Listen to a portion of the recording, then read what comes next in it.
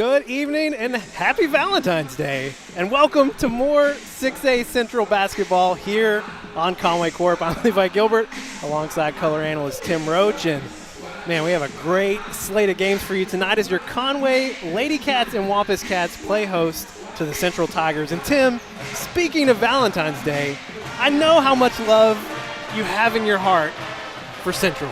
0. That's a number that comes to mind very quickly.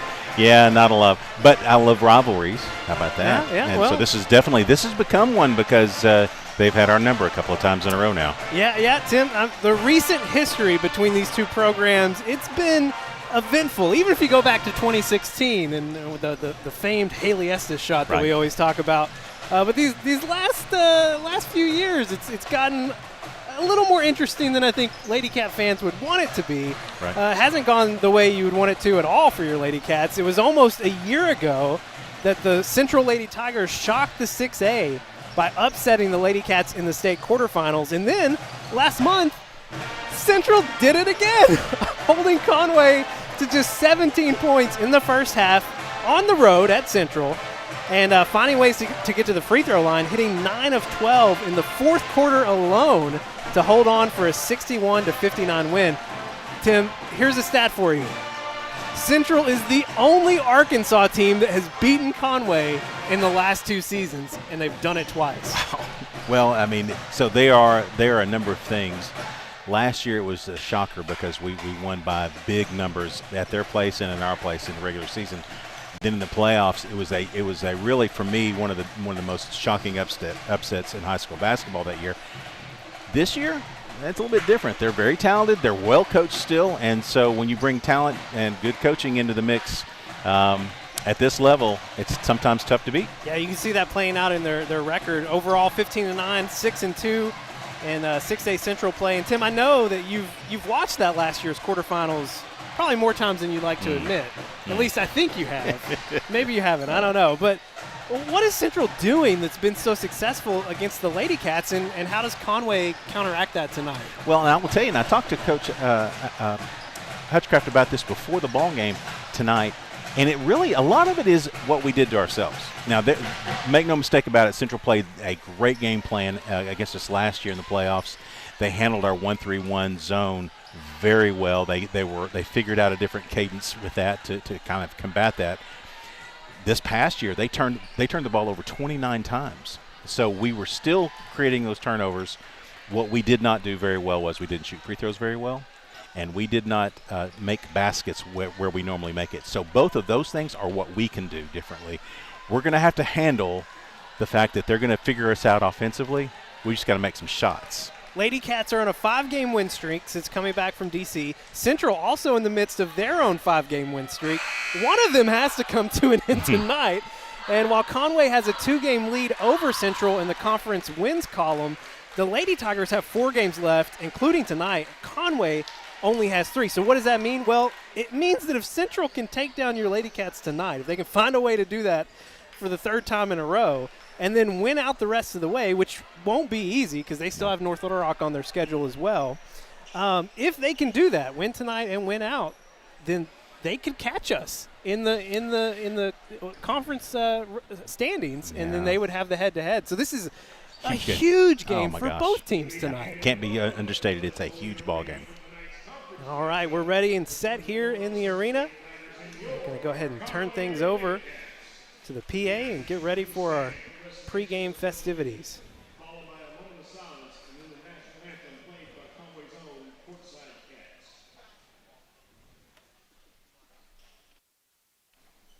I pledge allegiance to the flag of the United States of America and to the republic for which it stands, one nation, under God, indivisible, with liberty and justice for all.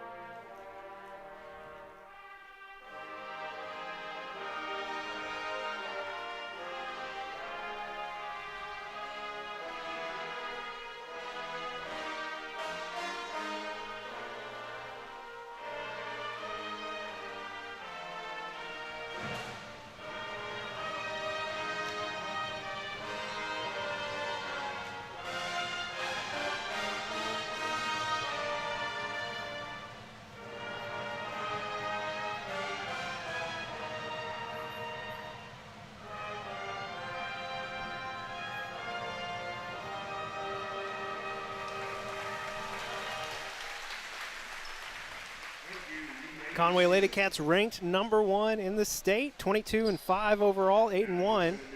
6A Central play, taking on the number 10 ranked Central Lady Tigers. Time now for the starting lineups. Start things off with Central.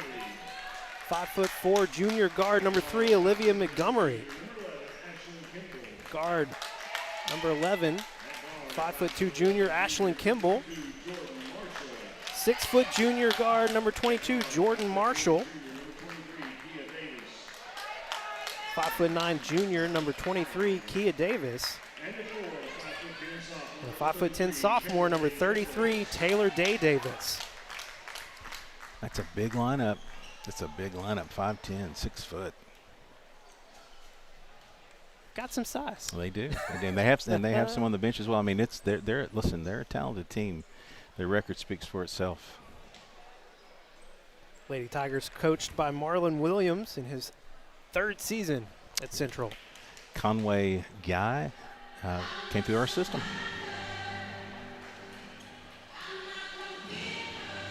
It's a familiar starting 5 tonight for your Lady Cats. It's found success. It's been the formula all year, really, since the I guess after the championship game of the Dander Thomas tournament. Yeah, they settled in. They've got you won't see her in the starting lineup, but Emery Bohannon is 6th man. She's first off the bench normally, and she has kind of really flourished in that role, has done some great things. Her 3-point shot, if it's on tonight, you can see her put up a lot of points real quickly. Well, I would love to see that too. Yeah. Oh, yeah. Come on, Bo. Lady Cats ranked number 1 in the state. They reacquired that ranking a few weeks ago after going on the road and taking down North Little Rock. Should have never lost it. Yeah, I agree. I concur. Number 1, 5'5" senior guard, Caden Beckwith. 501 star there. Yeah, on the cover, 501 basketball. You'd love to see it. 5'10" senior guard, number 13, Chloe Clardy. 2,000+ points. It's remarkable production. 5'7" senior guard, number 21, Camille Brown.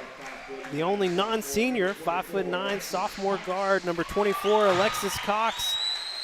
Rounding it out, 6'4" senior center, number 42, Savannah Scott. That is a fantastic lineup, one that has competed nationally on the national level all season long. Just got to take care of business at home.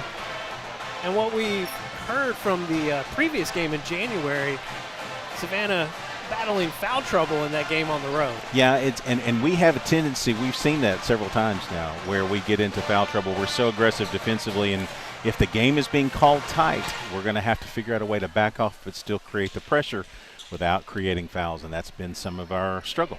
Said it earlier, Bears mentioning again, only one Arkansas team has beaten your Lady Cats in the last 2 seasons, and it's these Central Lady Tigers. Don't think our ladies don't know it. They absolutely know it. Conway with a 2-game lead in the wins column, but Central 4 games remaining, including tonight. Conway just 3, so this game very important for both sides. Got to get it done tonight. Got to get it done tonight.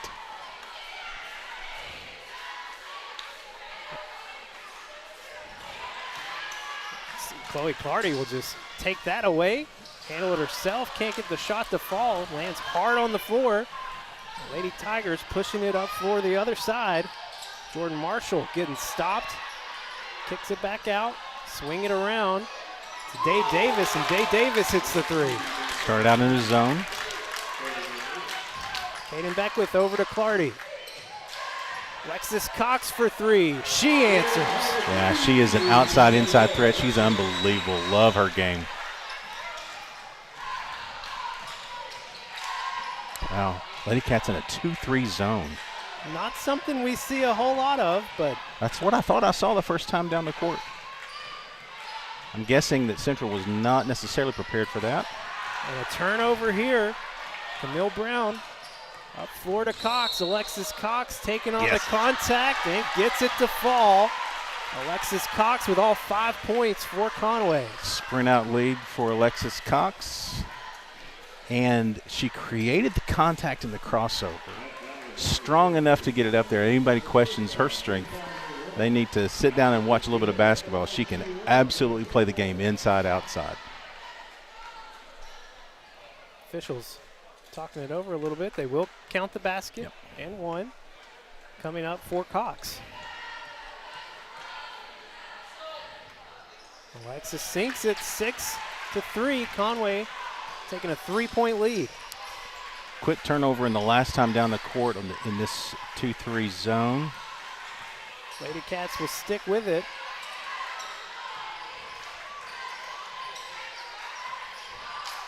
And Central just trying to find an opening. Open three there. And it's sunk by Kimball. So they've made 2 threes. Okay, that's what they're going to have right now. That's what they're going to have to make. That's the only thing that's been open so far. But they've done a good job of knocking them down. Alexis picks up her dribble over to Clardy. It's almost stolen away. Clardy ends up back with it. Over to Beckwith. The foul. And Beckwith drawing the contact from Ashlyn Kimball. That's just her first. I thought she had that other one earlier, but now if if Alexis had a run over 11, it would have been a different story. Inbound to Camille Brown.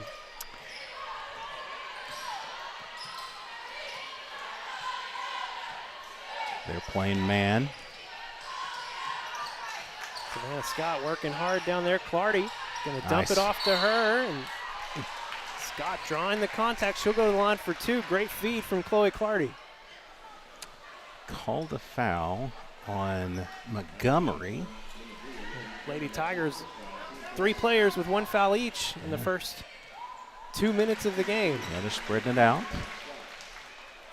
Good pass that time off of the lane move by Chloe. They had to collapse down because you win. I mean, it's your take your medicine there. Cox with the rebound and good block. Can't get the shot to go. It's blocked away.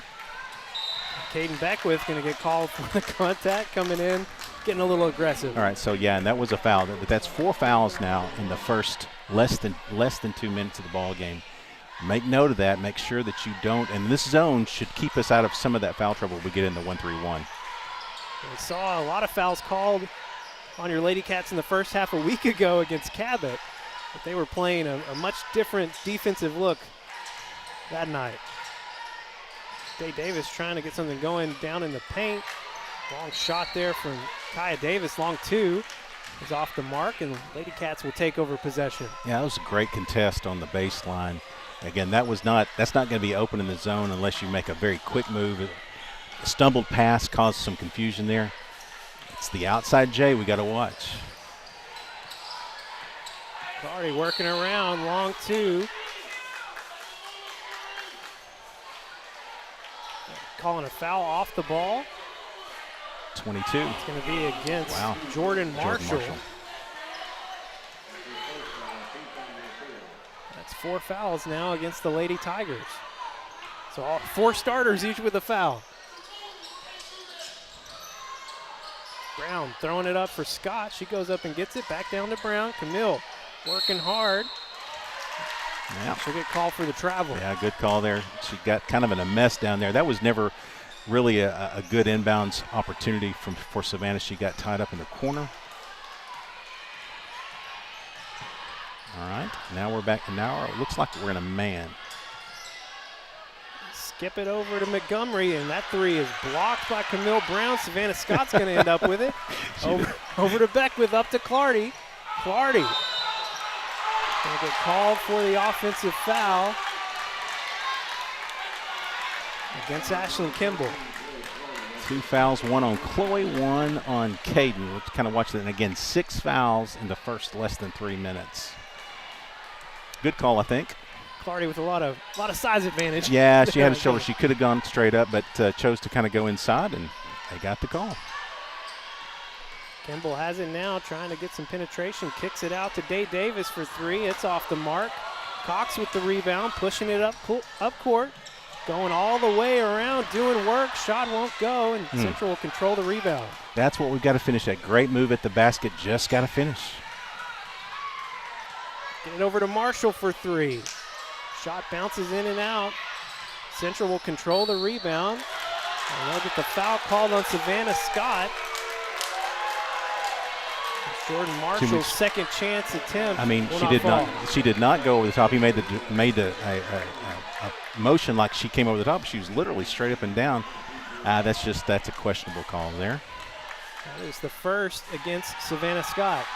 7 fouls now called in the first three and a half. Man, it's been a trend we've seen for these Lady Cats. Is games being called very tightly. Yeah, and so some of that's created by the dribble penetration on both sides. You get some of that. That was a case where just a rebound that goes their way, and I thought Savannah was straight up and down. I thought she was vertical. Marshall hits them both, and Central takes the lead. Emery Bohannon is checked in. I said a while ago that she was instant offense, and she is, but boy, she's a fantastic player all the way around. Clardy, they kick it out to Bohannon, over to Cox for 3. Short. It's short, rebound to Clardy, put back won't go. Savannah Scott working so hard down there. Second chance attempt from Scott is good. Great rebounding by the Wampus Cats there. Montgomery over to Kimball. Gone back into the zone now, 2-3 zone. Got Emery and Chloe up top. Have to watch that space on the wings for the 3. That's the open spot. Kimball trying to kick it over. They'll swing it to Davis. Davis's jumper will go, and Central takes the lead back again, 10-9. Yeah, good ball fake there, and got Emery up in the air. Went right by her.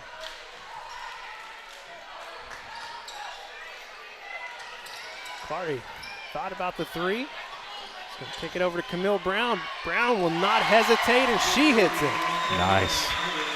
Great shot by, Camille has really found that stroke this year. Great 3. 12-10, Lady Cats back on top. 3:08 to play here in the first quarter. Extending out there on the wing now to take away a little bit of that three-point range. Got to stay down low. Lady Cats get a hand on it. Central controls. Marshall's three-point attempt will go. Marshall. She's got 5. Camille Brown quickly on the other end and just got a little too far under the rim. Marshall on the other side on Emery Bohannon, and it's a charge on Marshall. Great job by Emery to get stationary right at the edge of the lane. Coming up a little tender. Yeah, okay, work that out, Bo.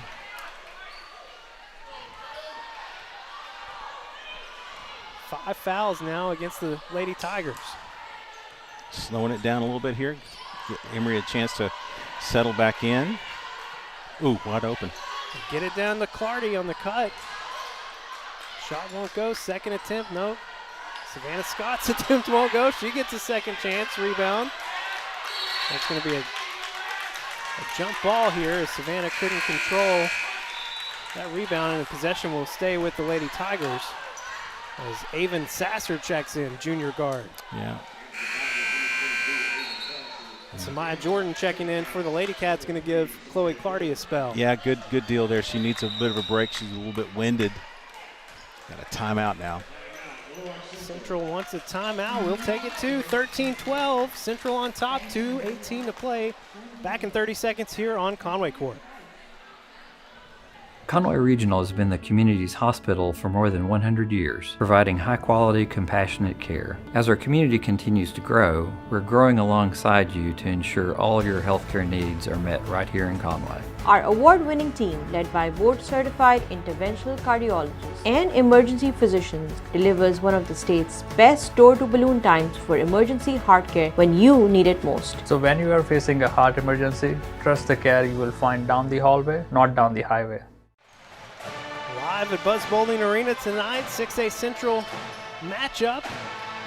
Only one more home game left for your Conway Lady Cats and Wampus Cats after tonight. Bryant next Thursday night, Yeah. senior night. Senior night will be a blast. A lot on the line probably for the boys on the boys' side, and hopefully not as much on the line depending on how this game goes tonight Right. for your Lady Cats. Good extension on the defense out there by Bohannon. Alexis Cox and Jordan working hard there. Yeah, very active. There's the swing over and the ball fake. Long jumper from Davis won't go. Cox controls the rebound. Getting it up floor quickly. That's a foul. I mean, Cox going to feed it down to Savannah Scott. She's pushed around. Emery Bohannon for three, and she drains it. silky smooth. What we got here? Timeout. I think they're trying to work something out on the floor. The floor over here. I was like, is that a bench warning? What are we doing Yeah, here? no, I mean, he was watching that. We were that's where we gathered up for our timeout.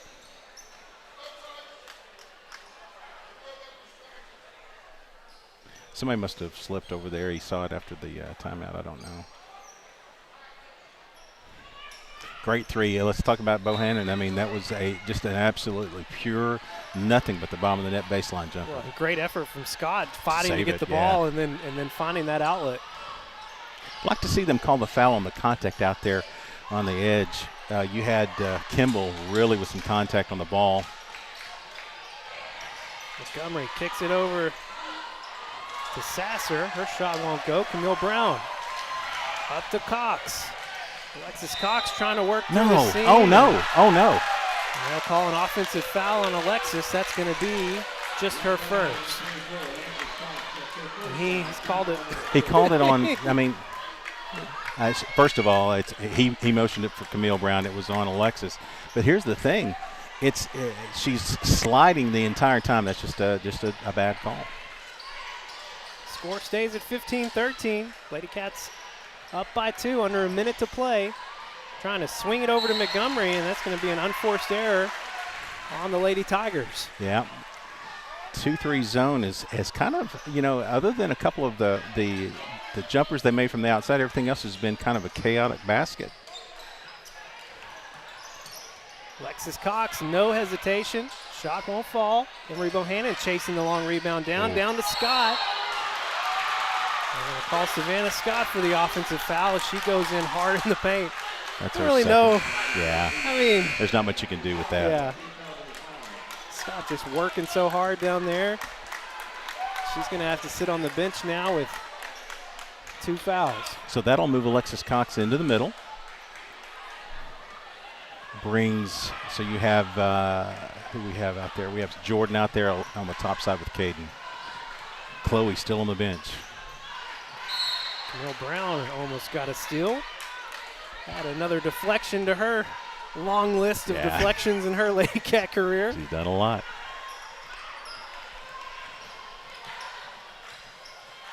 Camille Brown almost got another steal there. It's going to be an open 3 for Montgomery. Won't go. Bohannon gets the rebound. Over to Camille Brown. Up court trying to find Cox. Nice she catch. does. Can't get the shot to go, but the second chance will. 17-13. Lady Cats on top. 7 seconds to play here in the first quarter. Way to stay with it. Kemball's going to have to go up with it. And it will not fall. Lady Cats taking a 4-point lead into the second quarter. 17-13. 30 seconds and we're back on Conway Corp.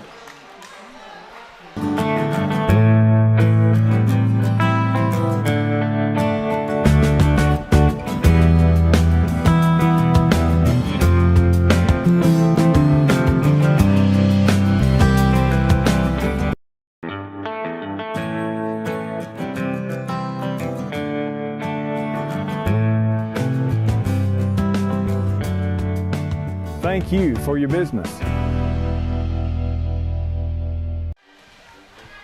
an 8-point first quarter for Alexis Cox. Camille Brown has 3. Emery Bohannon has 3. Savannah Scott with 3.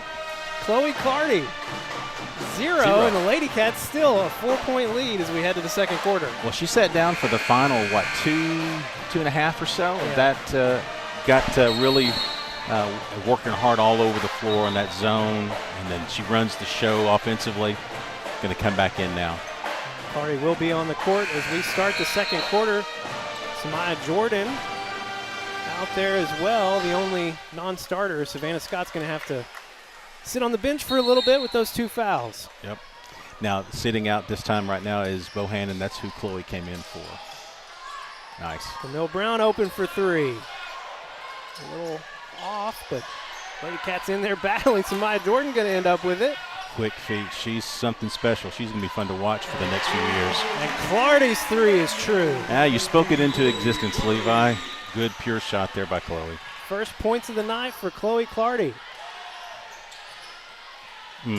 That pass right there is going to be something to watch. And they force another Lady Tiger turnover. Conway with a 7-point lead. Chance to extend. Really creating some chaos there at the top of that zone. Oh, great drive. And Beckwith just going to take it all the way herself. And getting a little nervous now anytime we get in the paint. But well, she was sliding to the side there, so good call there. That's what she's special at. I mean, she's very good defensively, don't get me wrong, and she can shoot the three, but that's what she handles right there. That is a 6th foul on the Lady Tigers, so Conway will be in the bonus the rest of the way as Beckwith misses the first. She does so many things special for this team. She runs the show from the point position. She runs the top. She'll run the 1-3-1 from the top as well.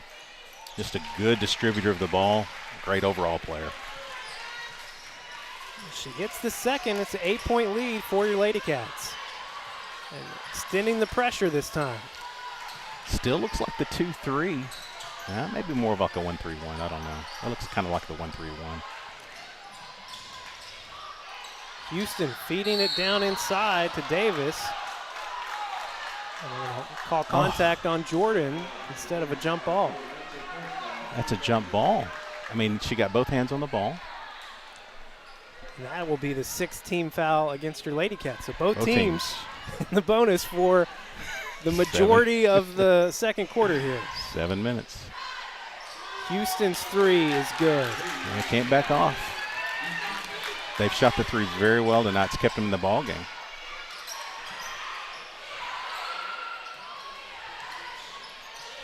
Clardy picks up her dribble, gets it back over to Beckwith. 2-3 zone here. Get into Cox, back to Beckwith, back to Cox. Step backs for three. Oh, no. And they're calling her for a travel with the step back. You can step back. That's interesting. That's a wrong call. It cost your Lady Cats 3 points. 3 points. That's, oh my gosh. 21-16. Extending out, 1-3-1. Montgomery gets it over to Day Davis. Davis trying to get in. Samaya Jordan just takes it away. Yeah, that's that double team down on the baseline. If you hold on to it too long, it's going to be trouble. Jordan going to kick it out to Clardy for three. Clardy's three. Just off the mark. It looked good from my angle. Yeah, it looked good here. Clardy's going to follow behind Kimball. And right there, almost took it away from Montgomery. Yeah, they're having to extend their passes out so far in that 1-3-1. Yeah, they got an open J there. Sasser's long two won't go, but Houston's right there. It's blocked by Jordan. Nice block. All ball, no contact. Up to Clardy. Clardy finds the open lane, and the contact counted. Nice move to the basket. And here's the thing. She had the free lane. She created the contact, went into the player. Nice. So Clardy, after 0 points in the first quarter, she's got 5 and a chance to make it 6 here as Henry Bohannon checks back in. Checks in for Camille. Give her a chance to get a break.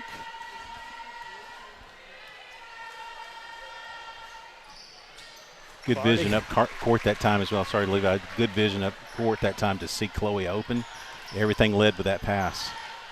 Clardy gets the three-point play to go, and it's another turnover by the Lady Tigers. And Coach Marlon Williams wants a timeout. The Lady Cats have extended the lead to 8. 5:36 to go here in the first half. We'll take it to 30 seconds, and we're back on Conway Corp. It began in 1997 with one goal, community first.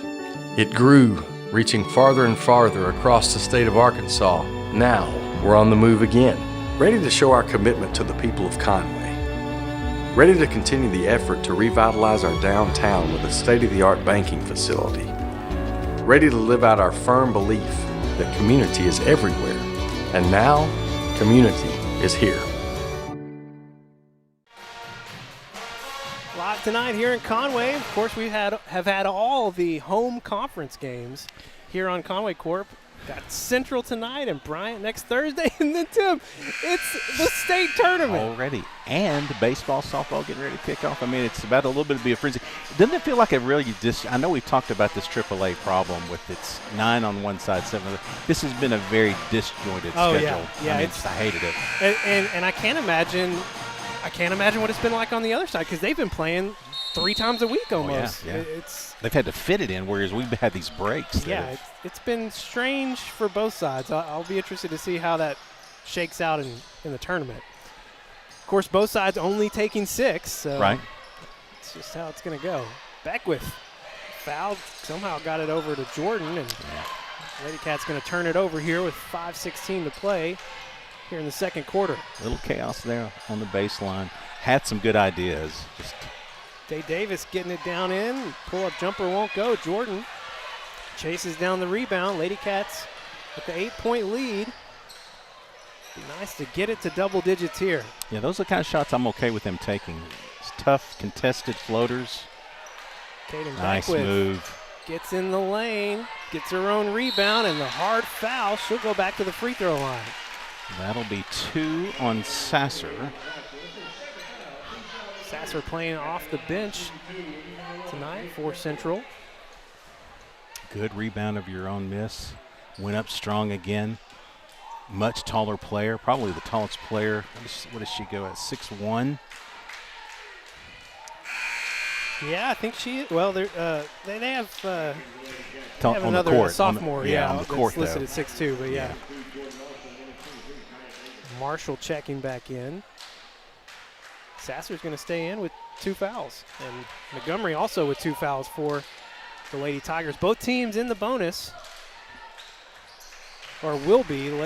Conway still at 6 fouls. Caden gets 1 of 2, takes it to a 9-point lead. Back into the 2-3. This is more of a traditional 2-3 here. Making it tough on the top of the key, man. It is really, really tough. Yeah, go ahead. They work it inside to Marshall. Strong rebound there from Cox. Up to Beckwith. Here comes Clardy trailing. They get it to Clardy. And she finishes with the right hand. Takes quite a tumble. Yeah. You would think with the star power that Chloe has that she might get some of those, but they're not treating Michael Jordan right. And for the first time tonight, Lady Cats with a double-digit lead. It's up to 11 now. They extend out. It's interesting what they're running. They put pressure on the ball out. 3-second call. 3-second call. They're extending out. Conway's extending out with ball pressure, but then once the ball makes it into the kind of the court, they drop into the 2-3. Bohannon with the long 3, almost got stuck there. Cox comes in. Oh, they're gonna call it a I know. I thought for a second he was calling it stuck up there for something. Yeah, no, it didn't stick. It stuck for a second. He pointed up. He was right under the rim when he said it. Yeah. Confusing me. Instead, it's going to be a foul. Was that on 23? I think it's who they called it on. That's Davis. Day Davis. So we've missed a few free throws here. We've got to start making those count. 1 for 2. That's been kind of the story here in the first half.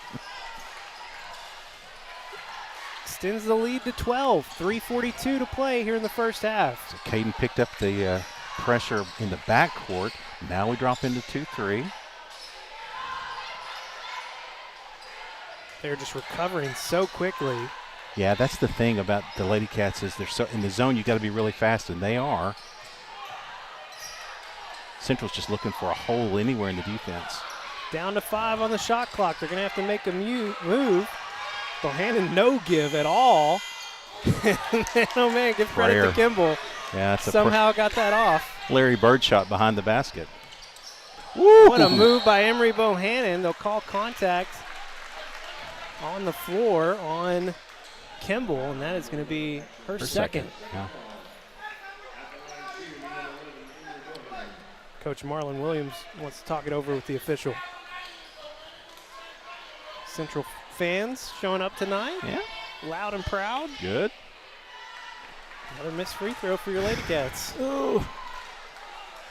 I know I sound frustrated, and I am, but they've got to be so frustrated with that. Take a good deep breath, Bo. Knock this one down. She does hit the second, so 1 for 2 again. That's the trend. Ball pressure in the backcourt. And once it gets there, Chloe comes over, and then they drop into a 2-3. Boy, it's really tough at the top of the key. Kimball gets it over to Davis. Yep. Deflected That's by that Beckwith. pass right there at the top of the key. Good Feed it decision. over to Bohannon. Bohannon pulls up for the 3. It's off the mark, but Cox right there going up strong. No call. Central will control the ball here, trailing by 11. Point blank shot there. Good job by Cade to back out, not create the foul there.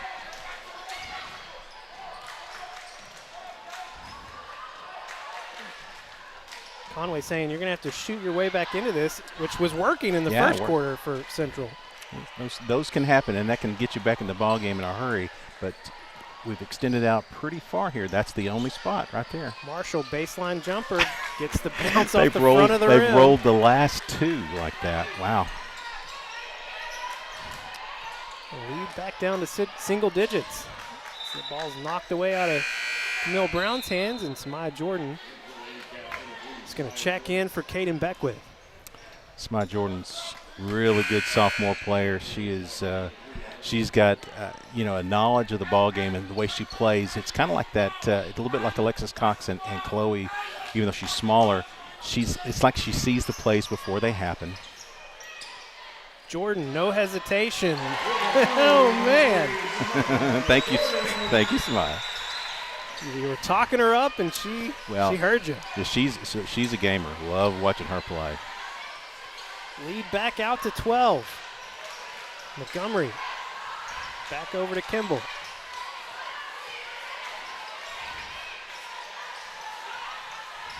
Just not much happening on the perimeter right now.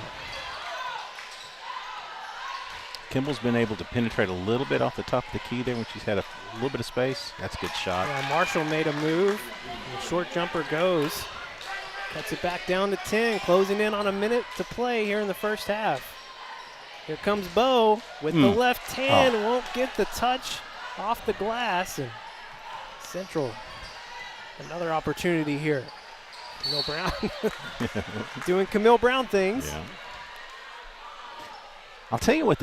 Also, what we're doing on defense is a little bit like what I call the Scottie Pippen defense, in that we know exactly kind of how far to play off, so you can't penetrate, but close enough so that you can't really get a good 3 off. It's that kind of that real weird buffer that we're playing, and they seem to kind of know where that is right now, which is great. See right there, like Chloe, can't drive past her, you can't get a shot off. Montgomery trying to get in there. It's stolen away by Emery Bohannon. Kimball closing in, and Clardy draws the contact at the rim as Kimball had to. It was a great recovery by her to get over there to Clardy. Who did he call the foul on? I mean, there was only one person down there. I know. Who was it? It had to have been Kimball.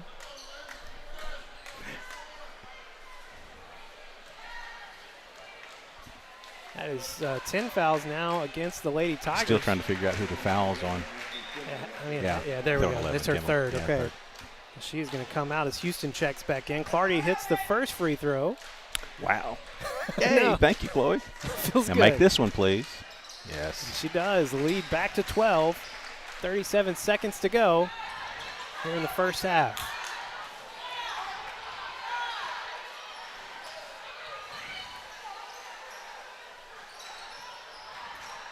It looked like she was thinking about it for a second. Well, I know they've gotten a few shots off, but I really like this defense we're throwing at them. Real active. Day Davis trying to back down on Clardy. It's stolen away by Bohannon.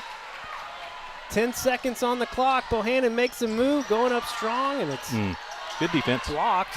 And then Clardy gets a hand in there. Oh, excuse me, not Clardy, Bohannon.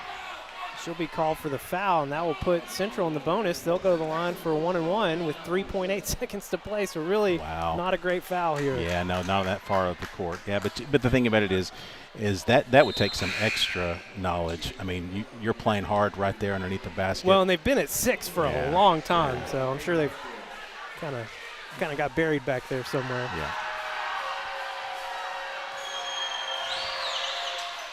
Marshall hits the first. The classy students making some noise. Pretty good crowd for a Tuesday.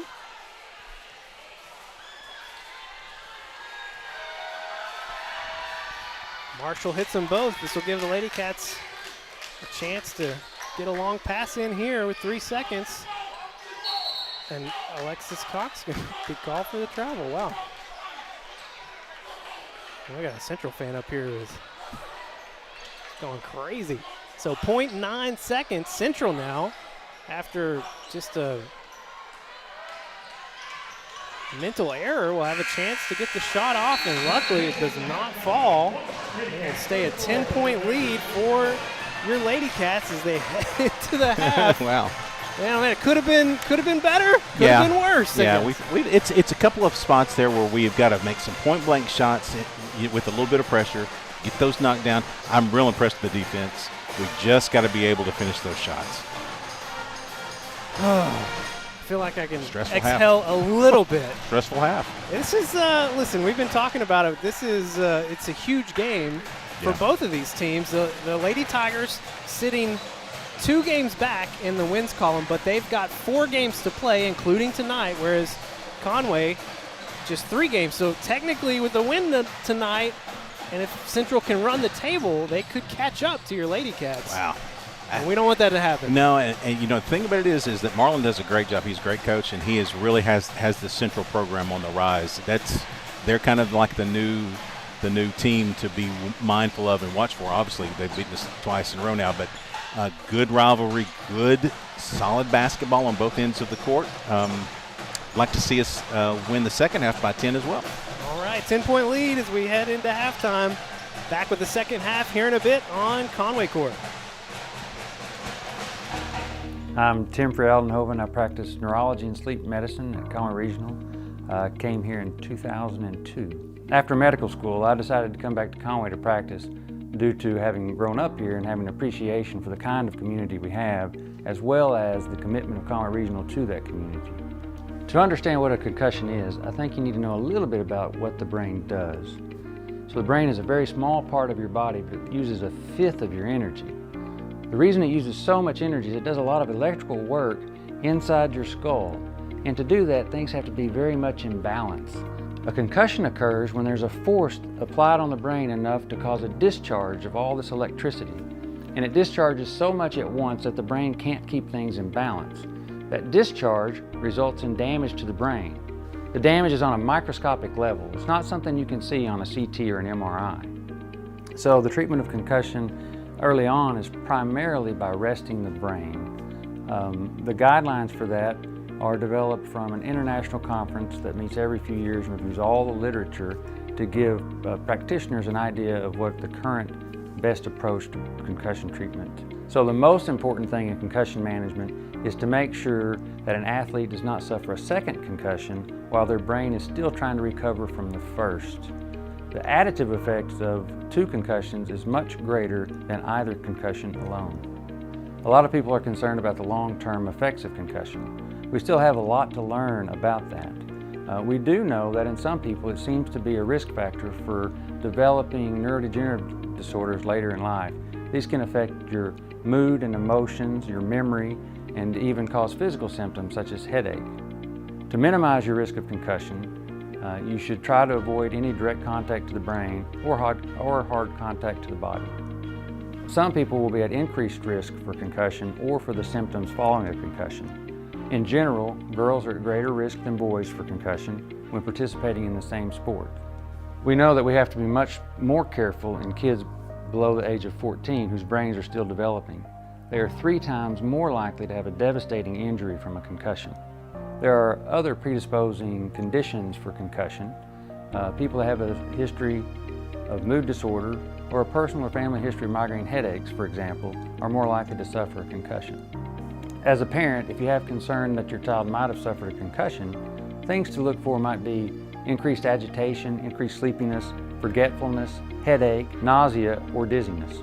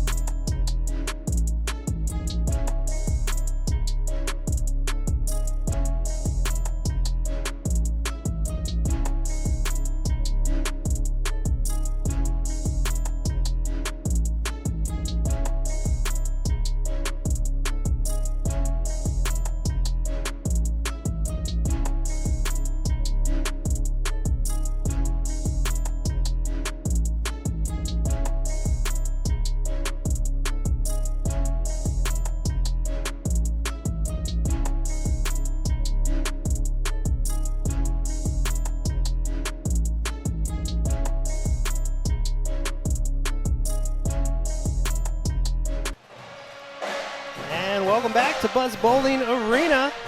I'm Levi Gilbert alongside Tim Roach. And Lady Cats with a 10-point lead here at the half. And after scoring 0 points in the first quarter, guess who leads the way scoring with 10 points in the first half? Chloe Clardy. Chloe Clardy, all coming in the second quarter. Yeah.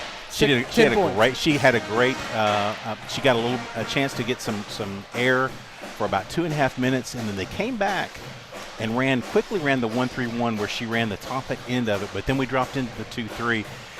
But what that did, I think that little break there gave her a chance to kind of get her win under her and her legs underneath her, and boy, she was finishing at the basket. She was perfect from the free throw line, I think, 3 for 3, made a three-pointer. She just kind of did everything.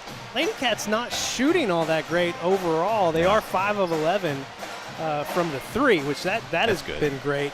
But more importantly, they, with these different looks they've been given Central, they've kept Central to 36% shooting from the field. Yeah, and they knocked down a couple of threes early, and you're like, wow, this is going to be hard for this zone to work. And then it's almost like we kind of found a rhythm with it and collapsed on these upper wing threes that they had made. That was the same spot they made the shot. And now anything in the top side has been difficult where they've made their points. And they've got 11 from, Marshall. 11 points from Marshall. She's been perfect from the line, 4 for 4. She's the only one to go to the free throw line for Central. But she's made these little shots on the baseline from about 10 feet out. And it's been the flip from what happened back in January. It's your Lady Cats who have found ways to get to the free throw line with more frequency here in the first half. 14 attempts, and they've made 9 of them. Well, I think what Ashley's done here is, I think very smart in that she's thrown a defense at them that they weren't used to, so a 2-3, so he'll have a chance to coach that up. But at the same time, they have created contact by driving in off of this defense that they're running, which mostly is a man. Then they've dropped into a zone, but we've got girls that can penetrate, and so we've created some contact and got free throw line. Now we need to make more free throws. We're 9 of 14. That's not too great. But so I think there's a chance for us to do better at free throw line if we continue with what we're doing now. The Lady Cats forced 10 turnovers in the first half as well. So and without as much pressure as we normally see out of this Lady Cat defense. Really not. I mean, maybe one turnover out of the 1-3-1. Most of it was out of this 2-3 zone they're running.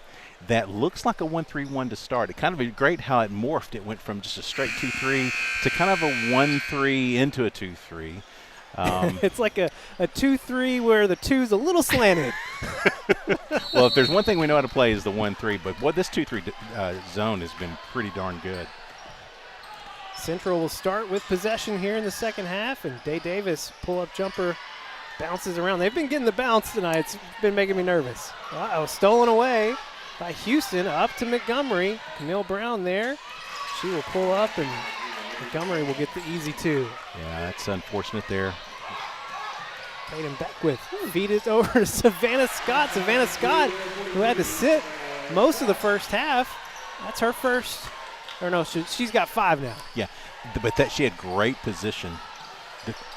That's a turnover. She had great position offensively. It looked like Caden was going to go straight up with the basket after the penetration, but clean dish to Savannah, easy basket. Central showing a little full court in the look backcourt, there. Yeah. So they're in the back in a man. Takes a second to figure this out, figure out where we want to go. Really not running the true motion offense that we run where we hand off the ball with a screen at the top of the key. It's just kind of I'm guessing with a man we'll try to go back to that.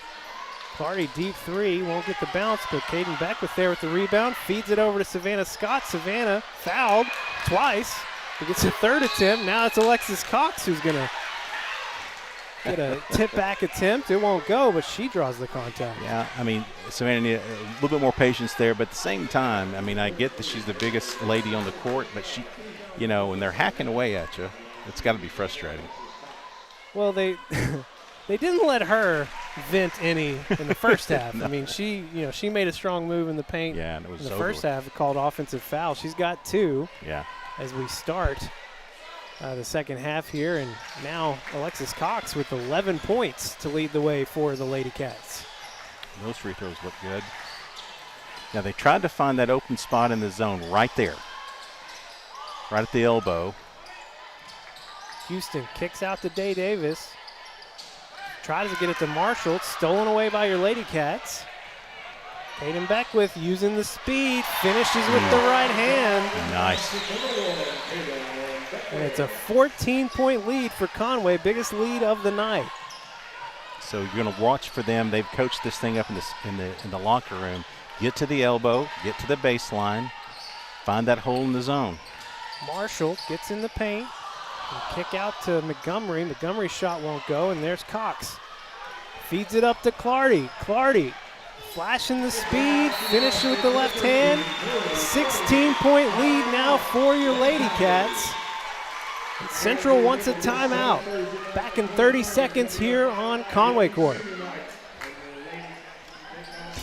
Hi, I'm Kate McConnell, member of the Smith Ford family.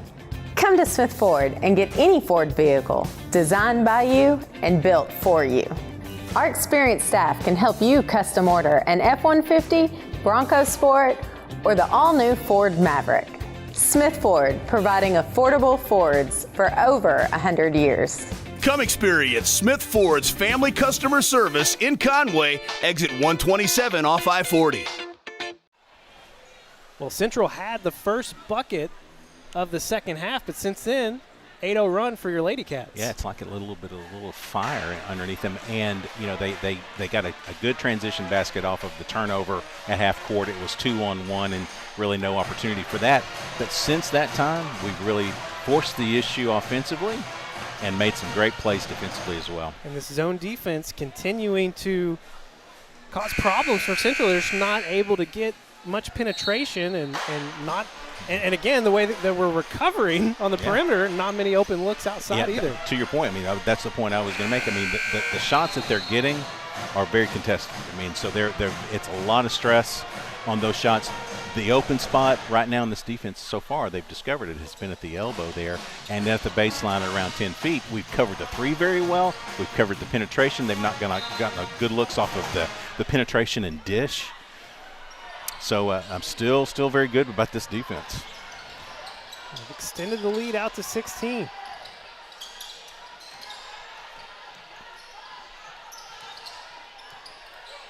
Montgomery over to Marshall.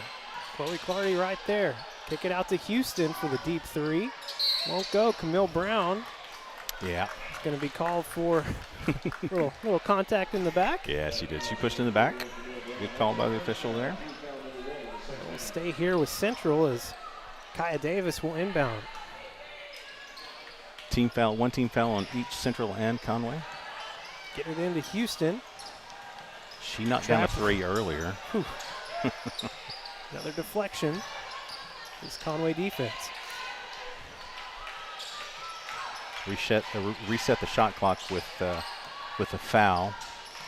Marshall gets in the lane. Two Lady Cats there quickly. Good collapse. This time Houston trying to get some penetration. Back over to Marshall, working the baseline. Up Good and under. Reverse. Good reverse. She was finished. Marshall. Good player. 12 points now for Central. Clardy on the other end. Long jumper. Doesn't get the bounce off the rim. Here comes Central. They've got numbers. Feed down to Day Davis. She's going to have to pull it out. Yeah, good recovery because they had us beat down the court. They had a lot of numbers. Coach Hutchcraft not thrilled with getting beat down the court. Alexis Cox working hard on Marshall. She'll get called for the contact, and that is going to be her second. Yeah, good call. A little too much push, and I will tell you, Marshall has created the problems for us. She's got what? 12 points now. She's been their go-to player. She was 4 for 4 from the free throw line in the first half, and that success continuing. I was hoping you were going to get the broadcaster jinx. You tried. I know. Yeah. Well, but she's a really good player and has the size to go with it. Apparently can knock down shots from anywhere. Now as you can see right there, she's a little winded. She's having to work extra hard for everything. She is indeed, and you can see it there as she's short on the second free throw attempt, but does cut the lead down to 13. Alexis Cox just going to force the issue on the other side. She quickly draws a foul. This is going to be called on Montgomery, and that's going to be her third. Yeah. She just had got her leaning on her left side and pressed the issue. Good play by Alexis. Alexis has gotten to the 12-point mark. Now after that free throw, she's tied in the lead with Clardy, and now she's got the lead at 13. Battle. It's a good battle. All right, picking up again. Caden in the backcourt. Now we switch back into the 2-3. Montgomery feeds it down to Marshall. Travel. Yeah. Back over to Marshall again. Got Cox up in the air. Nowhere to go, though, on the baseline. And what a defensive effort by Scott, although it's going to be a turnover there on the pass attempt. It's another block on Marshall. Feed up to Chloe Clardy. Open look, and she does not miss. Lead up to 17 now. Really wanting to get the ball out quickly, and just a little too quickly in the first one. The second time it was great. Past the midway point here in the third quarter. Marshall get some penetrations. Blocked by Savannah Scott. Second chance attempt by Marshall. She'll get the contact here on Scott. This is going to be her third. Yeah, and I will agree with that. When she leaned over, she had arms not necessarily vertical, but extended up. When she knows that she's right there, one thing that she'll get better at as she goes through her career is straight up and down. She's got to be straight up and down with those arms. Marshall's missed 2 now after having a lot of success at the line, but like you said, I don't think she's had a break. Having to work hard, yeah. She hadn't had a break, and she's the focal point of their offense, and so she's having to work all through the zone, trying to find and pick her spots. It's a wear and tear. She does hit the second. Every time she's found a little space on that baseline, Savannah and Alexis Cox have been closing in so fast. Marie Bohannon back on the floor. She's going to draw the contact there on Kimball, and Kimball not a fan of the call. Yeah. That's number 4. Kimball. I agree actually with the Central fans. I think it should have been probably a tie ball at some point in time, but we've seen them call that quickly some and not so quickly other times, so. Lead stays at 16 for your Lady Cats. May get a makeup call here somewhere soon. I'm always fearful of the other shoe falling. Alexis Cox kicks it back to Clardy. Clardy's open for 3, won't go. Cox with the rebound and the putback. It's short. Clardy's going to chase down the rebound this time. Over to Cox. Kick. Over to Bohannon. Bohannon. No. But another rebound for your Lady Cats, right. Man. Reset. Oh, not a reset. Another 3 for Cox. It won't go. And this time it's going to be off of Conway. Wow. And that was a fun little exchange there. 17 shots and no points for it. They worked some clock. Well, they I thought they were going to work some clock there again. I did too. Reset. But, but Ashley likes to coach. If you've got the good open 3, that's a shot you've got to take. Central still struggling to figure out this 2-3 zone. Yeah. They kick it over to Day Davis for 3. It's long. Sasser can't control the rebound, and it goes out of bounds on her as Houston will check in for Kaya Davis. So Savannah Scott working with 3 fouls. 2:30 to play here in the third quarter. They are definitely in the man pressing the ball. Switch. Tried to skip it on over to Clardy. It's deflected away by the Lady Tigers. And the thing in this offense is that Chloe's not driving it at this point. I mean, she's being able to sit back, catch her breath. She's not the one working on the top side. She's sitting on the baseline now. She is, but she's getting that stand there, catch her breath. I like that. Get it over to Cox. Back to Clardy. 7 seconds on the shot clock. Cox kicks out to Bohannon for the deep 3. Bohannon. Oh, yeah. Sinks it. Way to go, Bo. I mean, that was pure. That looked good from the get-go. Caught it in rhythm. A great opportunity for your Wampus Cats Her there. second 3 of the game extends the lead out to 19. At the shot clock. Those are the kind you love when you got the lead.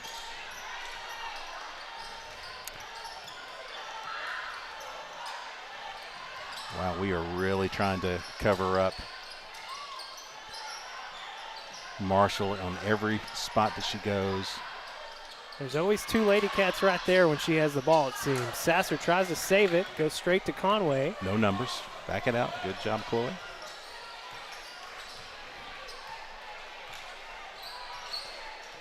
Lady Cats happy to slow things down as we close in on a minute.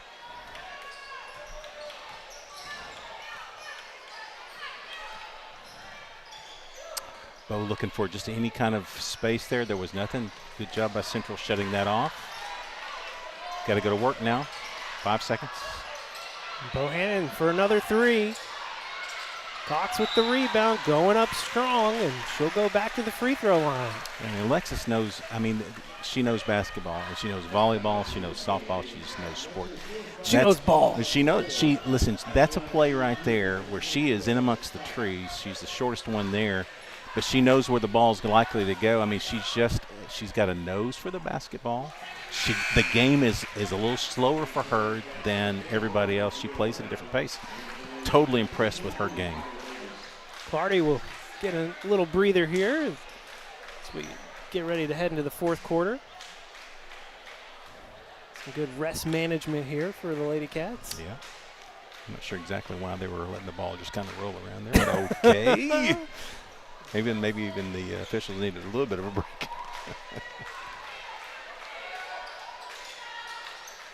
Cox goes 1 for 2. Camille Brown battling in there. She gets fouled. And now Camille Brown will go to the free throw line. Man, oh man, things just going the way of the Lady Cats right now. I think that we are, referee is getting onto our student section, so we're having to change some things up. Well, it's like you change the line in hockey? Just have a new line come in? Yeah, we'll have some other, but he didn't like, apparently we said some things they didn't like it. Hopefully they'll get to come back. Well, you might see some people that look very familiar. In different clothing, some mustaches. Who knows? Alexis Cox. Takes both of them. Camille Brown. Camille Brown. Extends it out to 22. And almost got a steal. 37.3 to play here in the third quarter.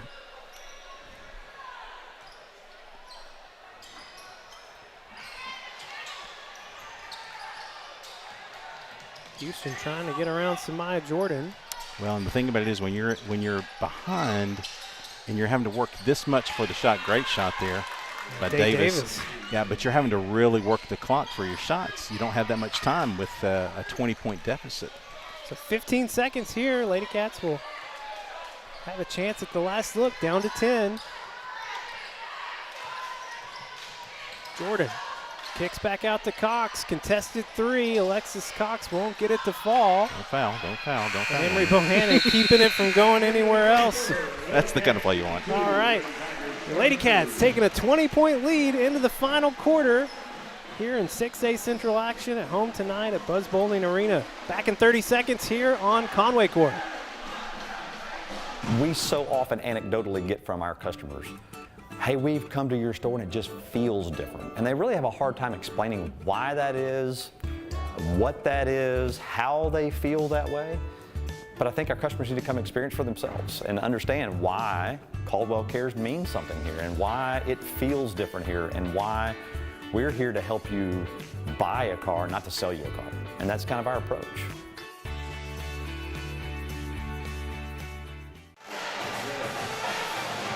Live tonight at Buzz Bowling Arena, and so far so good. Through 3 quarters, a 20-point lead for your Lady Cats over the Central Lady Tigers, a team that has just given them all kinds of problems the last 2 times they've faced off. Well, so here's, as long as we play this zone in the final quarter here, they're having to work so hard for their shots.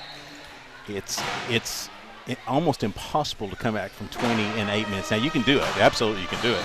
But if you're going to take that long per possession, all you're doing is taking away your opportunities. And so it's going to be a struggle for Central to get back into this one and make it close. But, again, they've shown that they can take us down. So got to be mindful. All starters back on the floor for your Lady Cats. They're in a man. Chloe Clardy almost a little help. Almost pulled up there. Yeah, she thought about it. Clardy and Cox both with 14 points.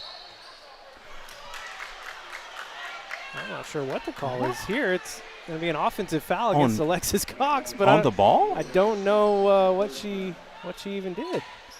Maybe we just didn't have the right angle, Tim. Yeah, okay. That's what it is. Trying to be generous.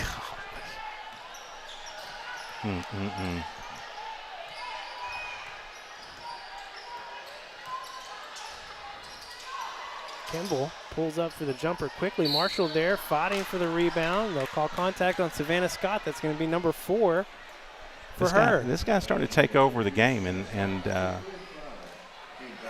that was a straight up and down. That was straight up and down. Now before, I'll give her credit. Those fouls were earned. That one was not. Marshall's first attempt won't go, and they will send Emery Bohannon in, but she's not coming in for Savannah Scott. So Savannah will continue to play with 4 fouls. She's going to have to keep her eye on it. On it. Couldn't resist. Oh, man. Marshall does hit the second. Well, if my children are watching, they got the Toby Mac reference. They can appreciate that. Clardy gets it down to Scott. Scott so good with the left hand. Yeah, that was just a great entry pass. Got it where she could catch it and go straight up with it. That's the kind you like. Get the feed into Marshall. Marshall pulls up. It's blocked by Scott. Run out. And they feed it up to Clardy. Clardy has been money tonight, point blank. Multiple opportunities tonight. She's been running out. Yeah, I mean, as soon as the ball goes into the middle, Chloe's been releasing. If the rebound comes to us quickly, it's a run out. Kimball is playing with 4 fouls for Central. Talking about number 11 who has the ball there. Good feet by Camille that time. Really, really cut off the baseline. Down to 7 seconds on the shot clock. They get it back to Dade Davis. Good look. Conway will control the rebound. 23-point lead, and Lady Cats happy to, well, maybe not. Quick open 3 from Bohannon won't go. Here comes Kimball on the other end, tries to get it over to Houston, and it'll go back to Conway. Good pressure in the transition game by your Lady Cats, creating the turnover. By the way, I'm okay with open 3s. Clardy, she pulls up quickly for 3. Long rebound for Bohannon. All right, settle in now a little bit. Bohannon's going to do it. That's her third. Oh, man. 10 points now for Emery Bohannon. 9 of them coming from the 3. I love her confidence on those 3s, man. Davis, nice jumper at the elbow will go. That's that open spot, just didn't collapse. Putting 2-man pressure here in the backcourt. Camille breaks it easily. Probably start to see them be a little bit more aggressive, even though it looks like they're in a zone here. Get it to Clardy right at the free throw line. Turnaround jumper, smooth. That's the way you do it. That's the way it's drawn up, right there. 18 points now for Clardy. The Lady Cats have passed 60. Sticking in this 2-3, and it's been so very nice. Davis trying to get something going there. Wow. She does. Okay, is she going to take that shot? Let her take that shot. She knocked it down. I'll give her credit, but you want a double pump leaner. Get the nice feed into Clardy. Clardy can't get it to drop, but Savannah Scott there to clean it up, and Savannah with a stealthy 9. Yeah, that's a bit quiet 9. Well, they had her at 7, and then they moved her to 6. So I don't know. I don't know. I think that's off. I think that's off.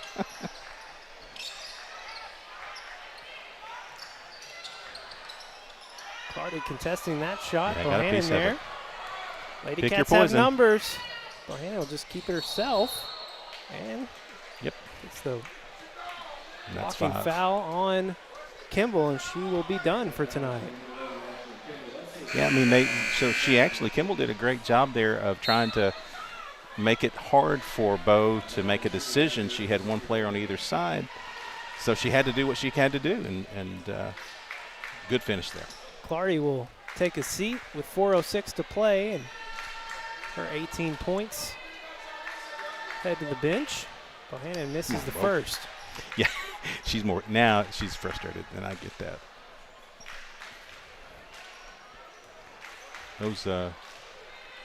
free throws can come back to get you. They give it to you, you got to take it. Lady Cats have got to the free throw line over 20 times tonight. It's a good place to be. And Scott with 4 fouls, not afraid of the contact. Well, and they're having to force shots now at this point. And Camille Brown, the ball is tipped away, and it will be off of Camille. And Amaya Taylor going to check in for the first time tonight. Central, I don't know how well he's coming over our mics, but he has been loud all night, been engaged. Not sure how he stayed in the arena. I know. It's been a little dicey at times, but our students, they were forced to leave. Yeah, I know. For sure. It seems to be unequal, but good defense that time by Samaya. Good. Scott nice. That's our ball. Got a tip on it, and it will be out on Marshall. So Savannah did not get the rebound there, but she had the ball in her space and forced Central to have to just try to make a stab at it, and we get the ball. So it's nice. We are a 3-pointer away from having it be a running clock. Not that that really matters, but it kind of does. Dayton Beckwith gets it a little bit closer. 29-point lead now for your Lady Cats with 3:10 to go. Listen, if you told me this would be the score at this point in the game, I'm not sure I would have believed it. No. I mean, and I will tell you, I think I give credit to this defense. This 2-3 defense has just been shut down, making it so difficult, making them run clock. Their key player has to work so hard, she's gassed. They have really no other options at this point. Good, that was our ball, but oh well. Olivia Cox and Jelani Davis checking in for the Lady Cats. Savannah Scott, Kaden Beckwith will take a seat. Savannah played with 4 fouls for almost the entire quarter. Long 3 won't go for Central. Emery Bohannon with another rebound here. Emery's going to pull up quickly. Ooh, how did that not go down? Jelani Davis working hard for a rebound. Nice. Kicks it back out to Bo. Over to Samaya Jordan. Jordan gets in the lane, pulls up, and that's a running clock, ladies and gentlemen. That is super smooth, super smooth by the super soft. She's a fun player to watch. Love watching her go. Coach Marlon Williams gets a timeout. I think he's going to get some players in as well. We're going to get some of our players in. Well, let's just hold it here because we've talked about it all night. I'm just going to bears repeating, like I've said. Coming into this game, Central had 4 games left. Conway just 3. This is the whole weird thing with the 7 versus 9. Every night there's at least one team not playing. Right. So it was possible coming into this that Central, if they could find a way to beat Conway for a 3rd straight time and then run the rest of their table, they could technically have caught us, and they would have had the head-to-head with 2 wins. Right. They would be the 1, we would be the 2, and in this scenario where they would also beat North Little Rock would be the 3.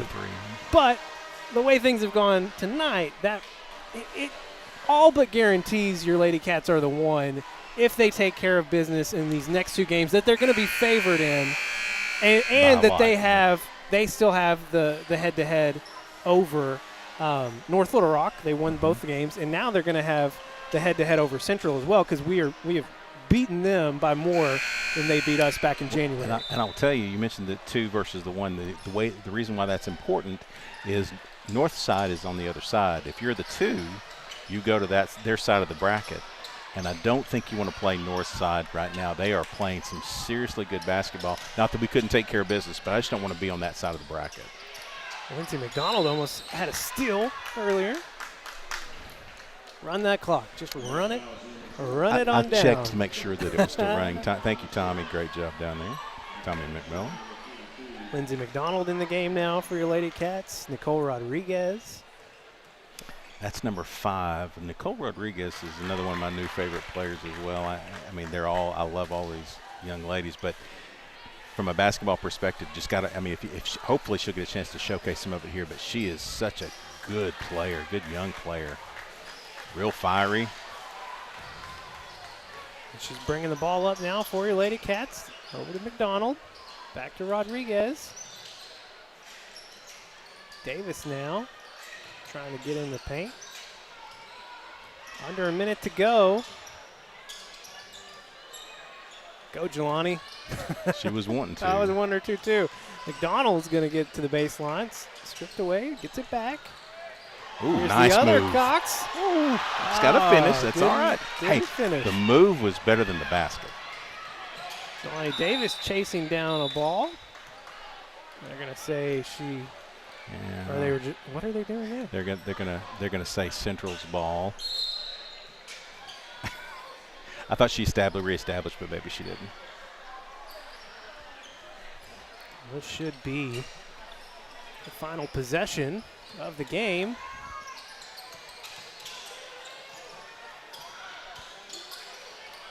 Houston pulls up for three. Won't go. Who's that down there working? That is Amari Martin, 5'4" senior, down there working. They're gonna let her shoot the free throws. Oh man, let her shoot them. Yeah. I would have let them. Great win. Great. Huge win. I mean, it does a lot of things. I mean, let's just address it. This team has been a problem. Yeah. It's been a bit of a problem. Yeah. They ruined our season a year ago. Let's just be as direct and honest about it. They upset us, totally upset the whole rest of the tournament. Bracket, yep. And, you know, it is what it is. And then a month ago, we go to their place. And like you said, it was things that we didn't control, things that we could have done better, shooting better, getting to the free throw line, knocking down shots.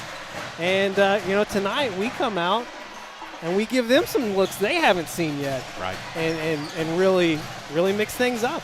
Well, I haven't seen, I don't know, and I know that you've been watching it in a different spot for all these years than I, but I don't recall a 2-3 zone, Ashley running a 2-3 zone like this. Not for a whole game like because this. It's been 1-3 really, or man.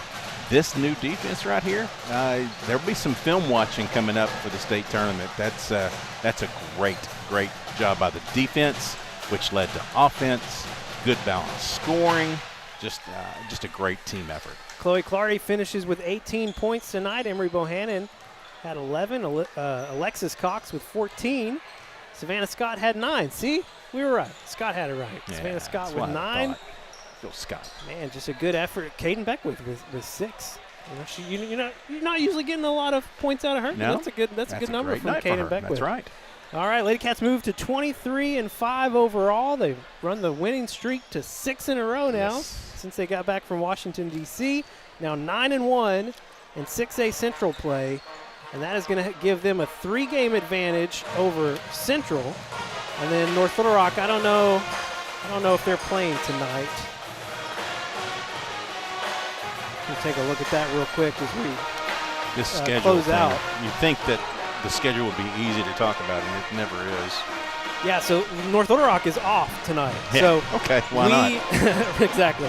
So we've got a 2-game advantage over them now. All this to say, if your Lady Cats take care of business on the road at Jonesboro, and then back home here on Thursday against Bryant, not this Thursday, the following Thursday, they will be the outright 1 seed out of the 6A Central. Then everything from a lady basketball perspective in the 6A is as it should be, with the Lady Cats sitting atop. Fully agree. We got another great game coming up.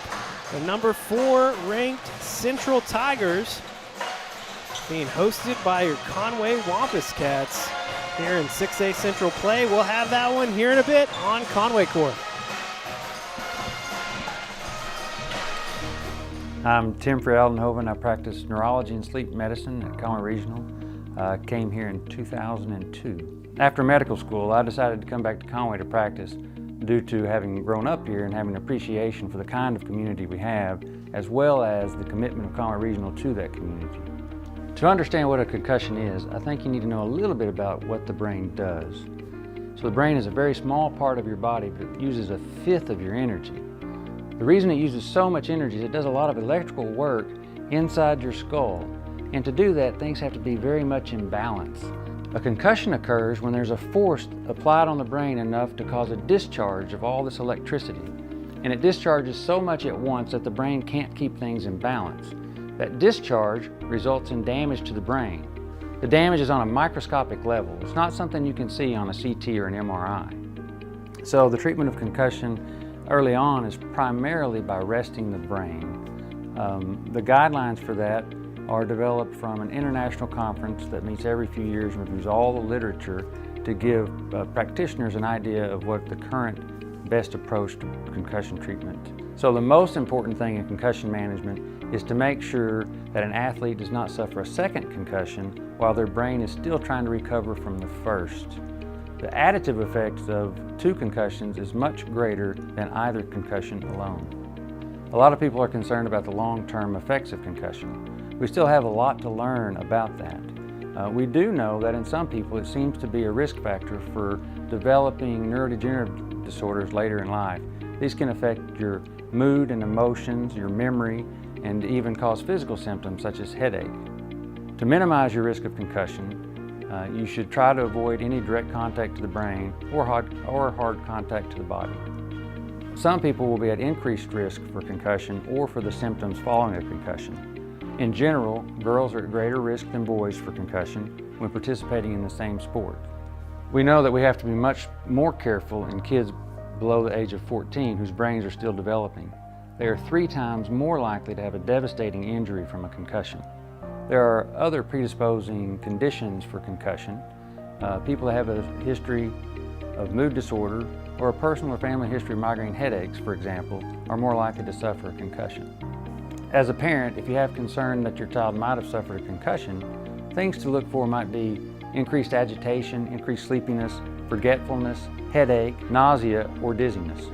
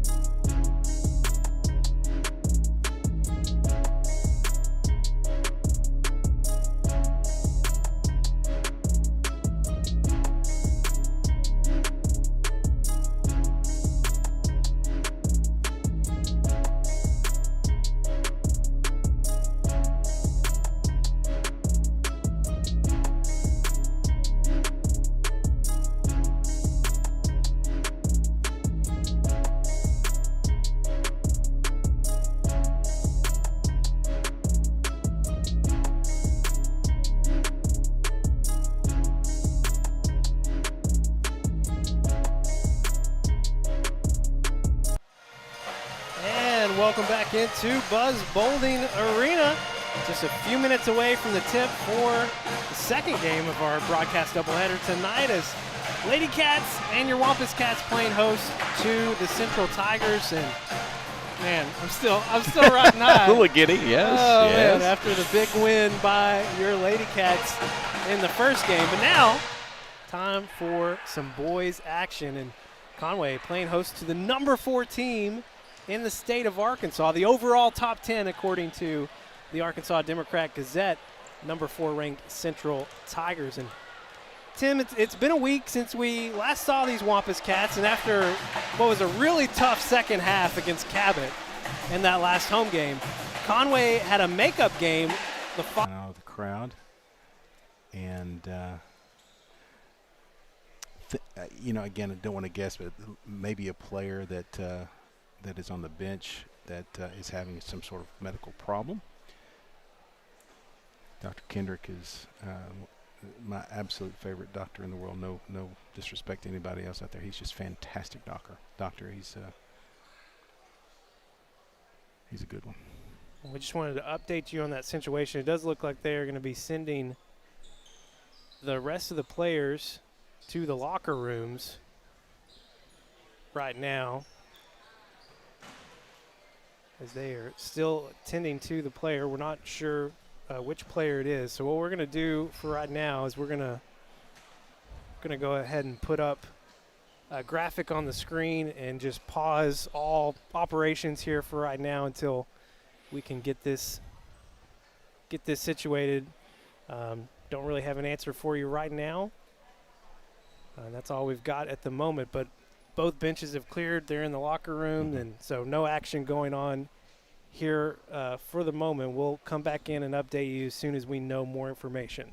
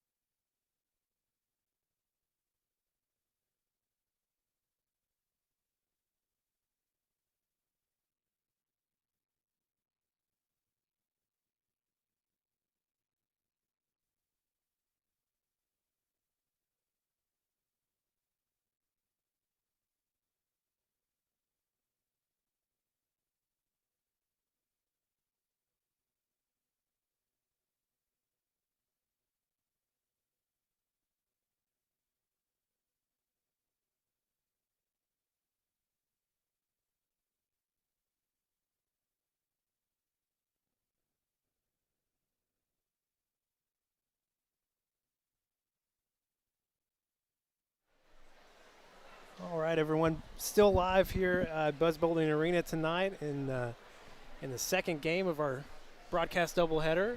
Your Wampus Cats playing host to Central. If you're just tuning in, and we've had this graphic and music on, there was a player, a Wampus Cat player, that came to the bench and has had some kind of medical emergency. We're not sure exactly what has happened. We don't have any specific details, but all of the other players on both sides have been sent to the locker room, and EMTs have been brought in. Of course, the training staff was right there immediately to help intervene. But we just wanted to provide an update because we're still just kind of hanging in no motion right now. We're just everybody's just here, and no game is being played at the moment, and we're just hoping for the best for whoever this Wampus Cat is. Saying a prayer right now. Just wanted to provide another update. They did bring in the EMT, so they're there now, looking at him, and I wish I had more information to share, but we just don't right now. And again, Dr. Kendrick came out of the crowd. He's here for the game. And so we got, not only did our training staff get there, but Dr. Kendrick came down very quickly.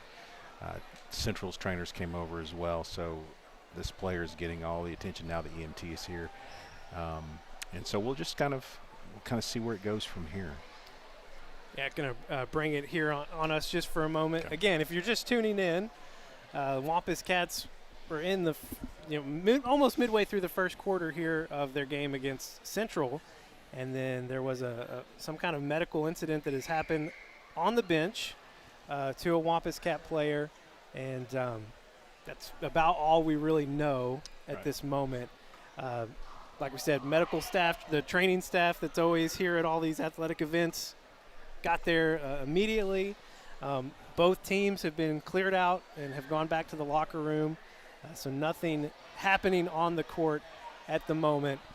EMTs are on site as well, and they are continuing to look at him. So just wanted to give you another update, and we're going to go ahead and go back to just having the Wampus Cat logo on the floor, and we'll have a little graphic on screen, and if we have any updates for you, we'll jump back in and bring them to you as we have them. So thanks for watching tonight.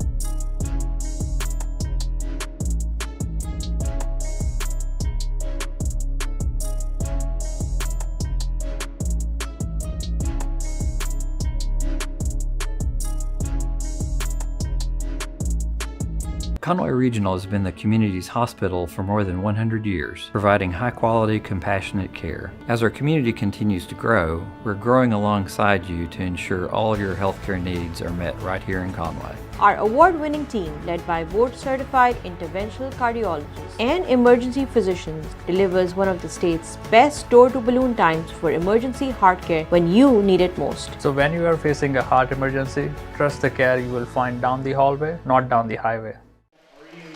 All right, welcome back to Buzz Bowling Arena.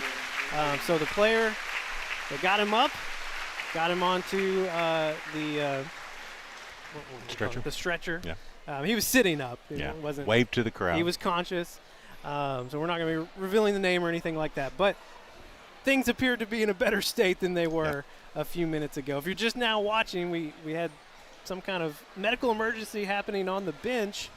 Luckily, great training staff here, from Conway Regional, and then EMTs on site as well. They got here very quickly, and things appearing to be in a much better state than they were when it first happened. So what we've been told is there's going to be a 3-minute warm-up for both teams, because both teams had gone to the locker room during this. I guess it's been about a 10-minute break at this point. At least, yeah. So we're going to have a 3-minute warm-up, and then we will return back to action. We were about midway through the first quarter.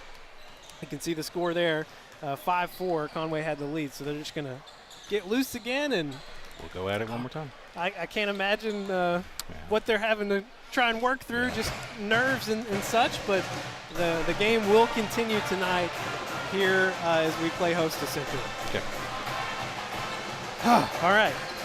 Never had to do that before. That's okay. Well, and prayers for the young man. Again, he was waving to the crowd as he went off, so some good signs there.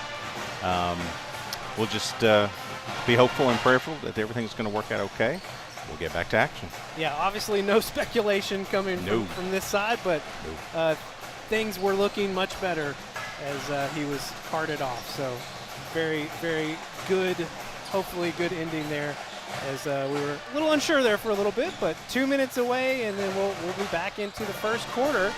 Kind of hard to reset. We didn't even get that far into the first quarter. No. But should be an interesting rest of the game for both teams, as they've had to go back to the locker room, come back out, and try and reframe themselves mentally. But you know what? I mean, the thing about it is you got the one side, you've got the Conway guys that are worried about their teammate, and rightly so. So they will rally as best they can.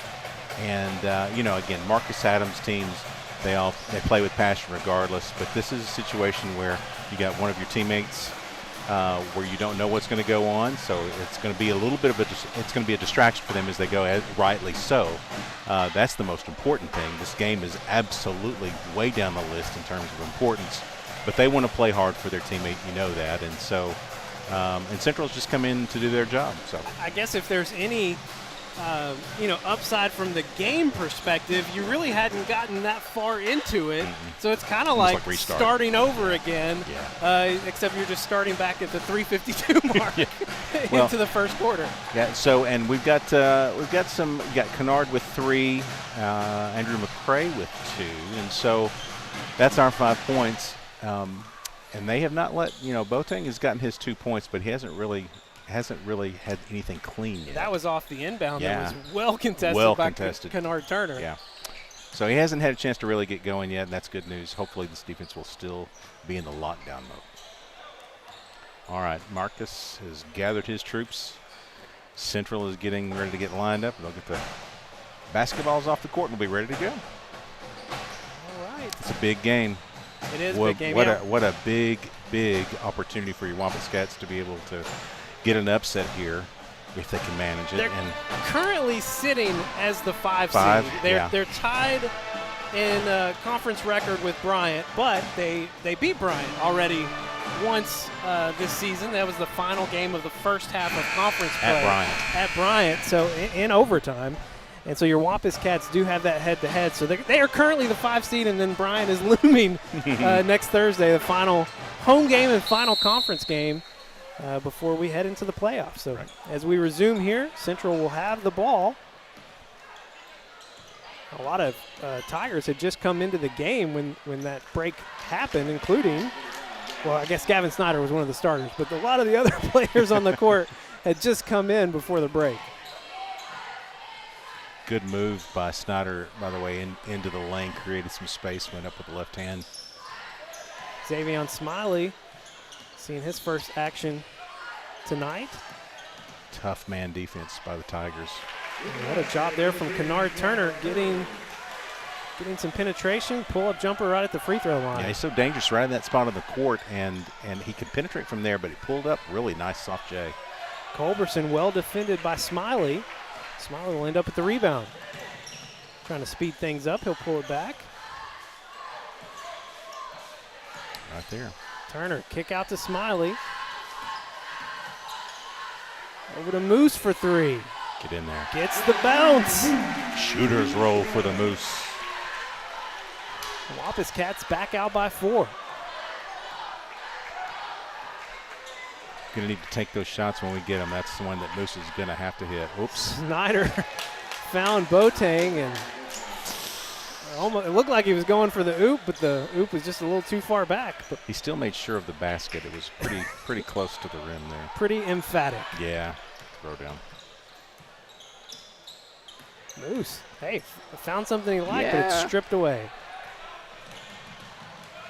Caleb Moody giving up all kind of size on Boateng on the other end. And gonna call Smiley for the block. Boateng made the basket, so he'll go to the free throw line for a chance at the three-point play. Yeah, the last couple of times down the court, Boateng is just really kind of moved right at the basket, really strong both times. I'm digging the shoes that Boateng's wearing. I'm sorry, I just had to. I'll pull for him if he becomes a Razorback. How about that? But not until. I don't have those allegiances, so I don't have to give up my grudges once they leave high school. I know. Moose pulls up for three again. Can't leave him open. He will knock it down every time. I mean, this is a guy that's found his shot. The last few games has really hit that rhythm, man, and I love it. It didn't need the kind bounce that time. All net. Over the back. Great job getting position to rebound there. And I'm going to say it's off Conway? Yeah, and here's the thing. He's all over his back. How is that not a foul? Kennard Turner very confused. Yeah, and Coach Marcus really wanting that foul as well. I mean, as he should be. That's a gift back to Central. Go to the loft to Boateng again. Makes a strong move. Trey Safford playing great defense on him. It's going to be out of bounds on Central. Just a great defensive effort all around there. I mean, they got it in tight to the basket. They got the break on the call. Everything went their way on the possession except for that shot. Well defended by your Wampus Cats. Maintaining a 2-point lead. 13-11 here in the first quarter. There's that move. Kennard Turner turns around and gets to the basket. He's going to get a second chance look there, and Coach Brian Ross wants a timeout. Yeah, nice rebound there by Travion to tip back to Kennard. 15-11. Wampus Cats have come back out with a nice fiery start. Back in 30 here on Conway Corp.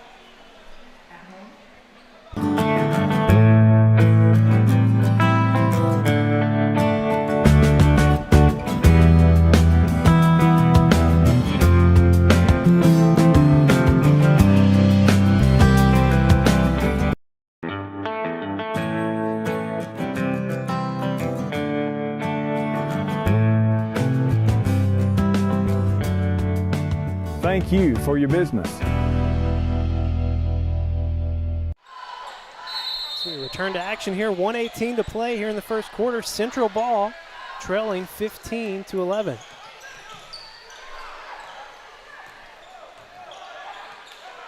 Snyder making a strong move into the paint. Okay. you were expecting the offensive foul. Yeah, but he traveled before he got there. But that's a great job by Caleb just to get in front, do that slide in front. Pressure in the backcourt now. They get it across. Good drive. Moody Good just drive. going all the way. Drive. Nice. They're going to call it on the floor before the shot? No, surely not. 2 foul. Yeah, okay. There we go. I was going to take a few steps down the aisle if that was the case. Well, That's a the good call. one official called it so far back that I wasn't quite sure. Good stroke there by Caleb.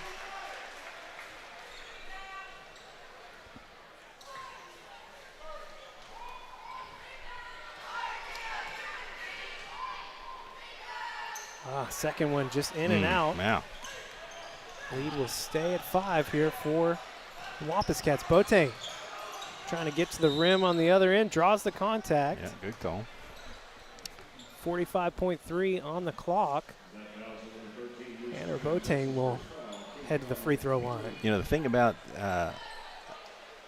him is that he is getting deep into the lane for these shots. He's creating enough momentum. He's so physically, he's bigger than pretty much everybody out there. He's got all the ball skills, all the intangibles, and he's using them the last 2 or 3 times down the court. He's really getting low. So good for him that we just got to figure out a way to keep him out of the block. Second one won't go. Trey Safford pulling down a big rebound. Here comes Caleb Moody. Speed. Gets the contact. Riley Sellers is in the game. He's a sophomore sharpshooter. I think it's the first time we've seen him in these home conference games. Yeah, and that's his second foul.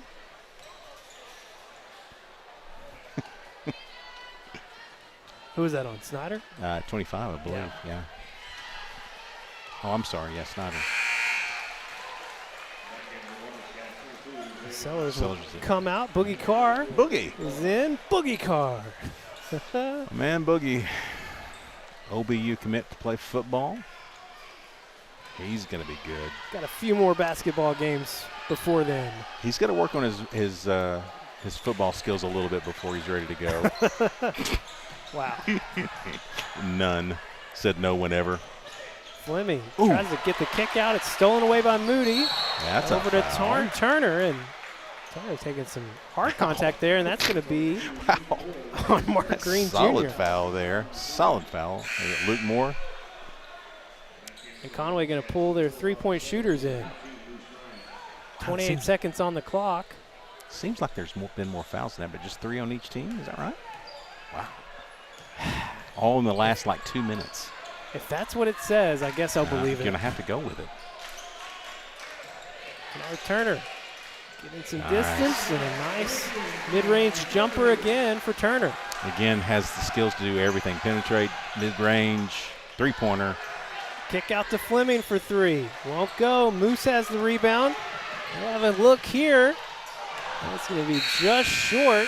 That's going to do it for the first quarter. 19 points put up by your Conway Wampus Cat offense. I like to see that. They lead 19-12 as we head to the second quarter. It's up next here on Conway Corp. It began in 1997 with one goal, community first. It grew, reaching farther and farther across the state of Arkansas. Now, we're on the move again, ready to show our commitment to the people of Conway. Ready to continue the effort to revitalize our downtown with a state-of-the-art banking facility. Ready to live out our firm belief that community is everywhere. And now, community is here. Live tonight here at Buzz Bowling Arena. We've had the privilege of having all home conference games here on Conway Corp. Only one more left after tonight. Well, it's one more home game. Yeah, one more home conference game left. Then we're in the state tournament. And we got to go all the way to Rogers. It's looking very likely that your Lady Cats will be the 1 seed and will play Thursday at 4 o'clock. Don't know who, but if we end up the 1, that's where we'll play, right? Yeah. The boys, it's a little bit harder to predict because they're currently the 5 seed. And with 3 games to go, including this one, there's opportunity to move up.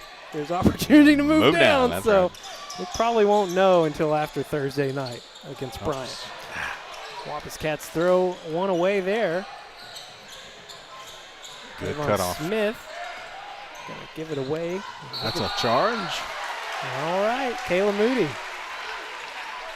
He's been one to attract those charges. Yeah, no, he's giving up his. He's just one of the smallest guys on the court, but he's taken the pressure. Sellers is now in the ball game again.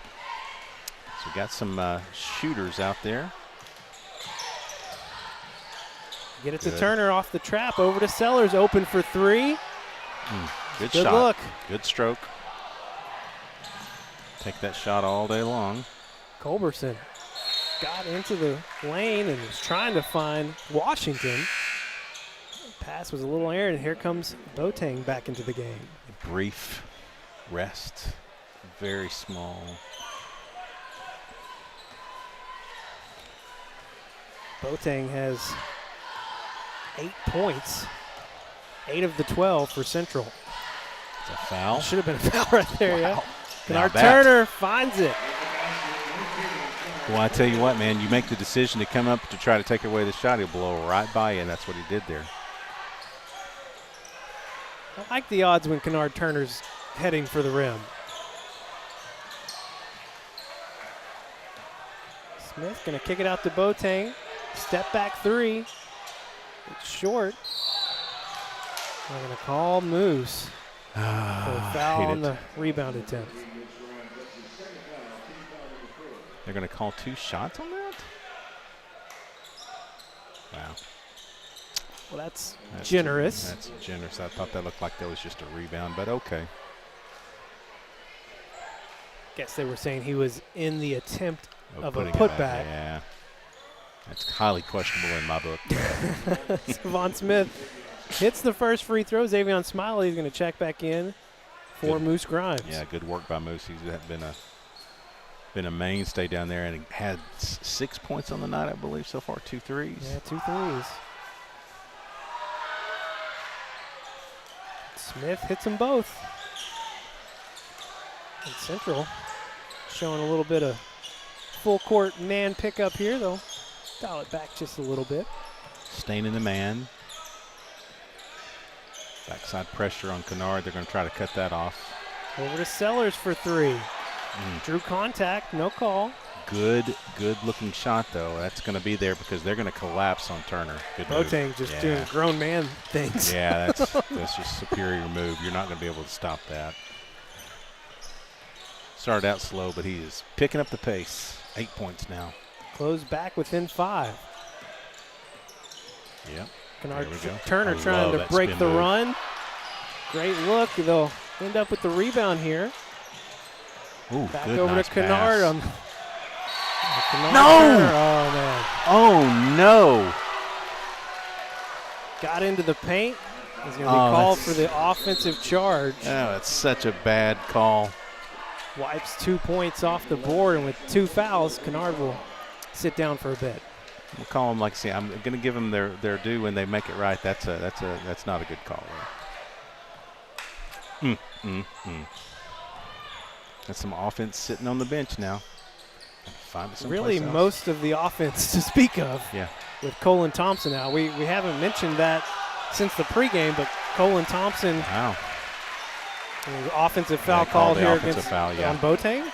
Yeah. Wow. Whoa. Oh, no. They're saying it was on Conway. What? It's going to be 2 shots for Boateng.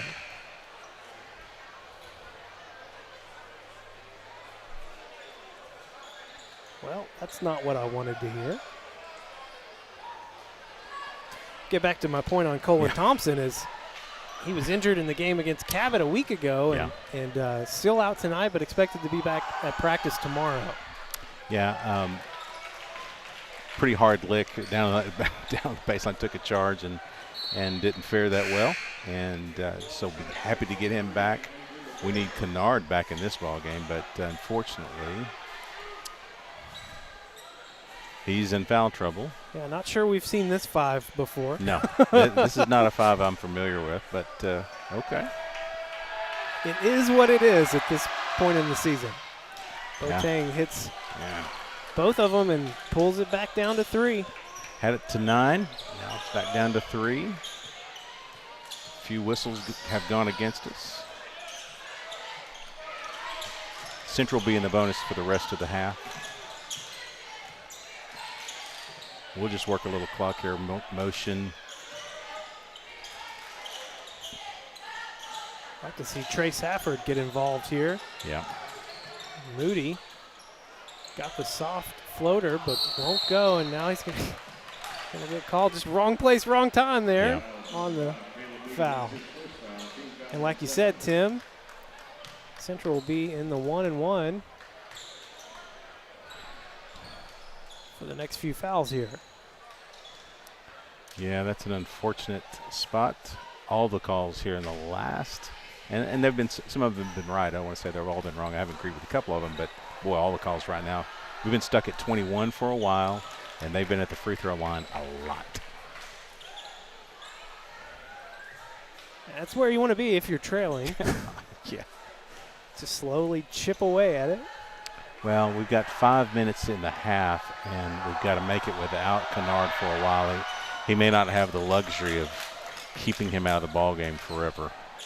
This was a problem we had a week ago against Cabot, is Kennard was in foul trouble much of that game.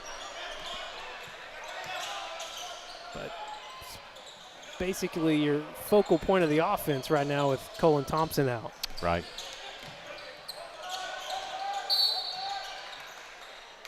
Gonna have an off-ball foul.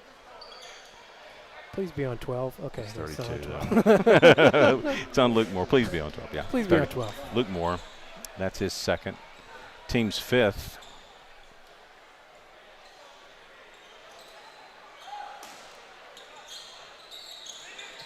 Inbound to Trey Safford, and what a job there, and McCray getting a rebound. It's rejected, but Conway maintaining possession here. Gets set for another look. Yeah.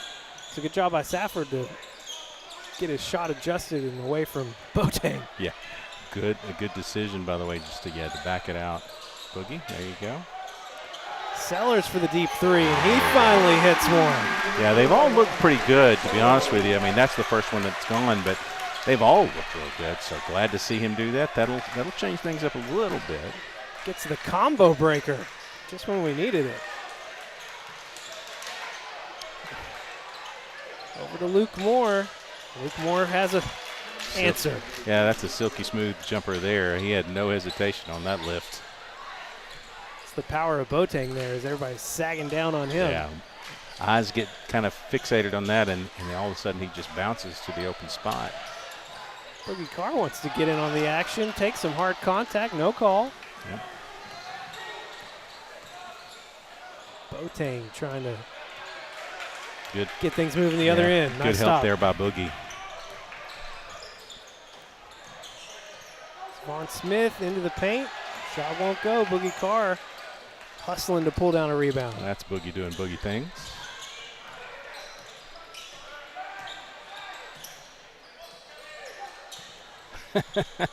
Didn't want to take the three with Boateng out there. Long two won't fall for Caleb Moody. Kevon Smith brings it down for Central. Finds Chris Washington down in the paint for the easy bucket, and Central, after trailing by as much as 9 at one point, has regained the lead. Take a timeout with them. Back in 30 seconds here on Conway Corp. From day one, Centennial has been there for the people of Conway, the people that teach us, protect us, guide us, and work to make Conway better every day. That's why we've donated over $5 million to local organizations and causes, and we have the same commitment to serving you for life's milestones and everyday moments. Centennial Bank, proud to call Conway and Faulkner County home. 6A Central action tonight here on Conway Corp. It's a good first game for your Lady Cats. Got up by more than 30 at one point in the fourth quarter, and things a little tougher going here in the boys' game. Got a close one. Yeah, as expected for sure. I mean, especially now get Kennard back in. That's good news. Kennard playing with 2 fouls, but that's why he's back in right there. Yeah. So you might see a little bit offense for defense substitution when the moment happens, when there's a right break, but his offense is way too important. Boateng can't get the three to drop, but Kayvon Smith, no one in the vicinity in a white jersey. Yeah, everybody had released. Easy two. Got a little back and forth affair going on here. Long three for Moose Grimes. He's had 2 in the game, but can't get his 3rd on that attempt. Cleared back, tried to keep this from happening. I don't know. Oh, that's a trap. Wow. Boateng got into the lane, lost control of the ball, and then was able to just loft one up, and it's going to be on Kennard Turner, his 3rd. I mean, oh boy. Every time he goes in the lane, this is the Michael Jordan treatment that I was hoping that Chloe would get. This guy's getting.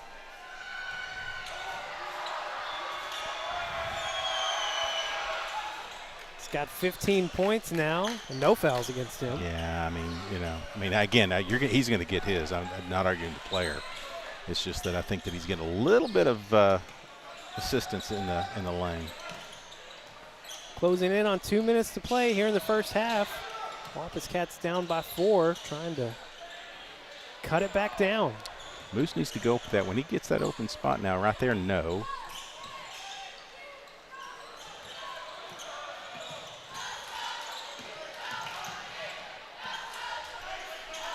Seven seconds on the shot clock. They're going to have to do something. Caleb Moody, highly contested shot. Still almost got it to go in. Oh. Looked like Conway ball, but it's going to go to Central. Boy, we've scored 5 points in the last 4 minutes, and it's just been, everything has just been brutally difficult to get to. Credit Central.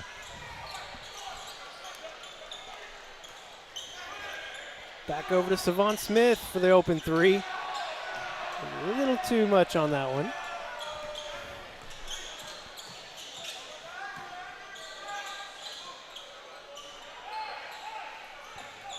Coach Marcus Adams wants to reset here. Getting a new play in. The thing we can do here is just try to keep it to a reasonable spot. Again, Kennard's out. Got to be able to keep it close while he's out. 1 minute left, 7 on the shot clock.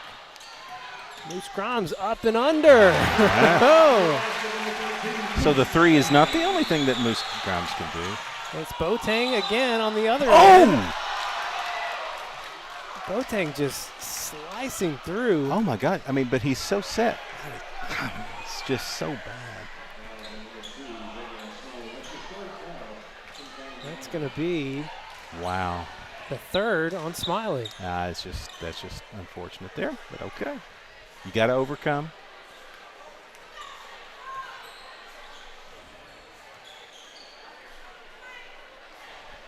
Sorry, I thought I was about to sneeze, and then it didn't happen. Didn't happen. So, man, Boateng though, the way he's able to just it's elite level. Get into the lane so quickly. But again, every he's gotten every call though. Yeah, he has. Every one of them. You're telling me that he hasn't charged at all? Nah, that's not a chance on that. Central brings the trap. There's a foul there. Conway trying to work out of it. They will call a foul. Should have been on Boateng. Now I don't think he has any fouls. He does not. Should be on him, but it'll be on Snyder instead, and that's going to be his 3rd. Yeah, they'll be in the in the bonus for a whole 36 seconds. Darren Fleming going to check in for Snyder. We can work down to basically nothing here if we choose to. Down 5. Good cutoff defense there by Central. Yeah, you mentioned 1 second difference between the shot clock and the game clock. I would be really shocked if this goes up inside of 5 seconds. They're going to go now. Moody makes his move, and they're going to call a illegal screen on Moose. That's his 3rd. Wow. Checking in. I don't even have this player on the roster. Who is that? 32. Yeah, Luke Moore. Oh, for us. For us. Oh, yeah, yeah. Yeah, we'll have to chase that down. Yeah, chase it down. That's going to do it for one of the strangest first halves that we've ever had to work through. Wampus Cats overcame a lot to get a pretty nice lead. Central went and did Central things, mostly Boateng. No breaks in the last 5 minutes, but okay. Yeah, Wampus Cats had a 9-point lead at one point, and then Central just went on a run, reeled things off, got some favorable calls, and it's a 5-point lead as they head into the half. Kind of stalling a little bit here because I just didn't know if we might have anything at halftime. Not expecting anything. Oh, yeah. It looks like we have dance. Okay. See, good. Let's see. Eagle-eyed Tim Roach. Well, I mean, that or it's a bunch of folks that are in the old German attire that are just hanging out in the underneath. That's the old Saturday Night Live skit. Okay. Yeah, You don't. Too old for you. Yeah, that's okay. If you said that's Steve all right. Jobs, I would have no. maybe understood that a little better. But Steve Jobs didn't wear pants like that. No, and you didn't want him to. Let's just be honest. Okay. Yeah, I agree. And it has been a strange night. I guess this is Conway dance. I think you're right. Since cheer is still up. Senior dance. Conway senior dance. Wow, limited.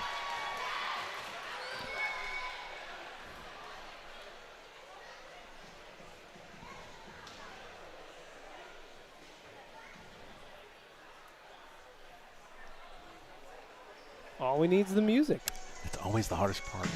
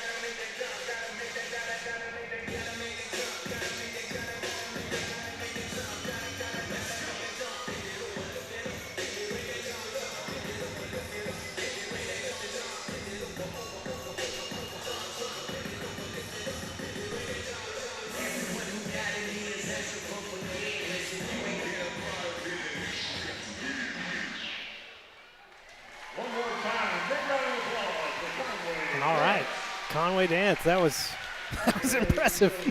I mean, man, oh man. Yeah, they're good. This Conway dance team is extra good. All right, that's going to do it for all of the halftime festivities. We'll go ahead and take a break, and we'll have the second half of action here in a few minutes on Conway Corp. I'm Tim Aldenhoven. I practice neurology and sleep medicine at Conway Regional. Came here in 2002. After medical school, I decided to come back to Conway to practice due to having grown up here and having an appreciation for the kind of community we have, as well as the commitment of Conway Regional to that community. To understand what a concussion is, I think you need to know a little bit about what the brain does. So the brain is a very small part of your body, but it uses 1/5 of your energy. The reason it uses so much energy is it does a lot of electrical work inside your skull. And to do that, things have to be very much in balance. A concussion occurs when there's a force applied on the brain enough to cause a discharge of all this electricity. And it discharges so much at once that the brain can't keep things in balance. That discharge results in damage to the brain. The damage is on a microscopic level. It's not something you can see on a CT or an MRI. So the treatment of concussion early on is primarily by resting the brain.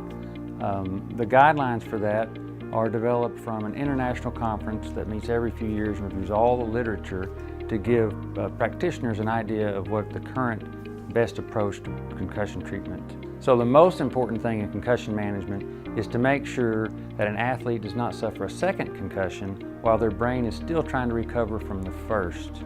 The additive effects of 2 concussions is much greater than either concussion alone. A lot of people are concerned about the long-term effects of concussion. We still have a lot to learn about that. We do know that in some people it seems to be a risk factor for developing neurodegenerative disorders later in life. These can affect your mood and emotions, your memory, and even cause physical symptoms such as headache. To minimize your risk of concussion, you should try to avoid any direct contact to the brain or hard contact to the body. Some people will be at increased risk for concussion or for the symptoms following a concussion. In general, girls are at greater risk than boys for concussion when participating in the same sport. We know that we have to be much more careful in kids below the age of 14 whose brains are still developing. They are 3 times more likely to have a devastating injury from a concussion. There are other predisposing conditions for concussion. People that have a history of mood disorder or a personal or family history of migraine headaches, for example, are more likely to suffer a concussion. As a parent, if you have concern that your child might have suffered a concussion, things to look for might be increased agitation, increased sleepiness, forgetfulness, headache, nausea, or dizziness.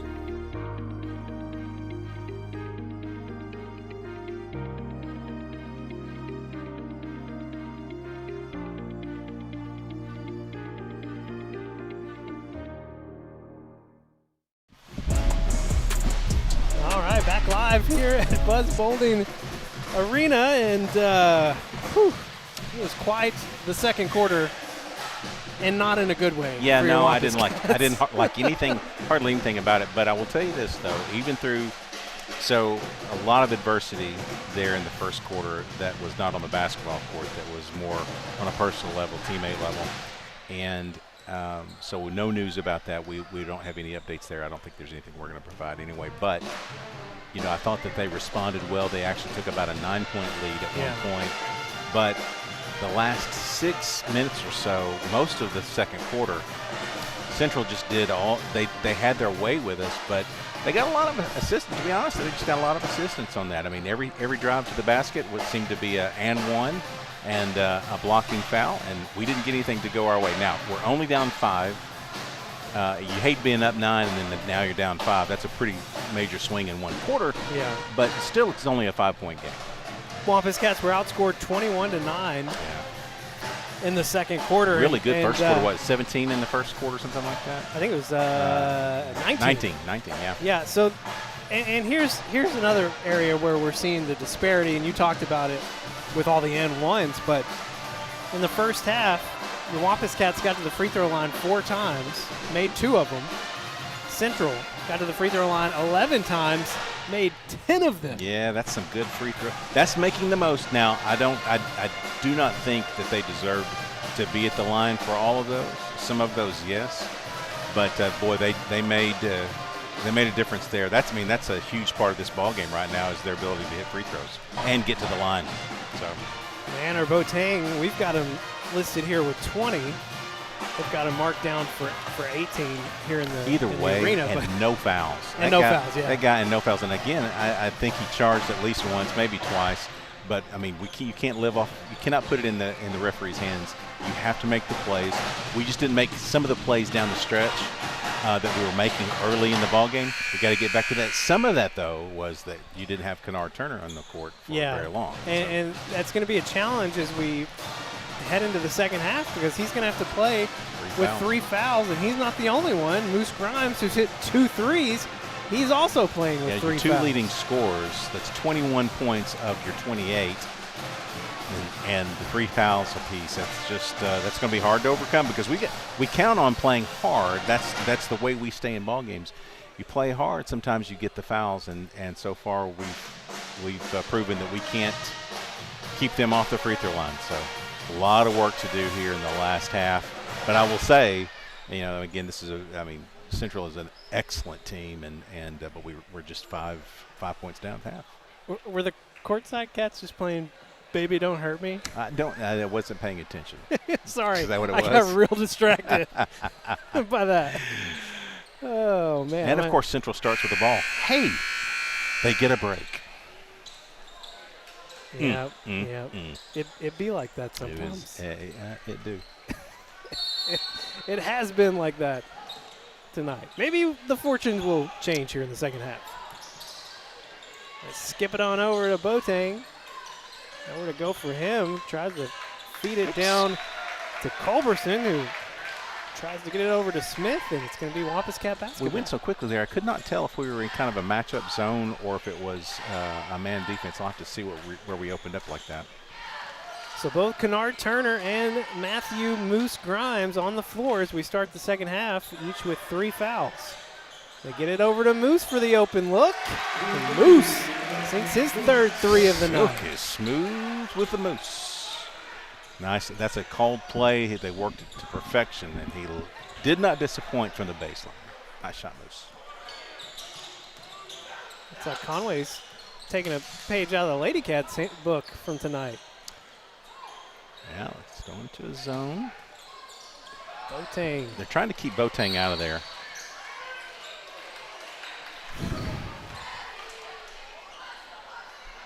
They're going to get, is this going to be on Moody?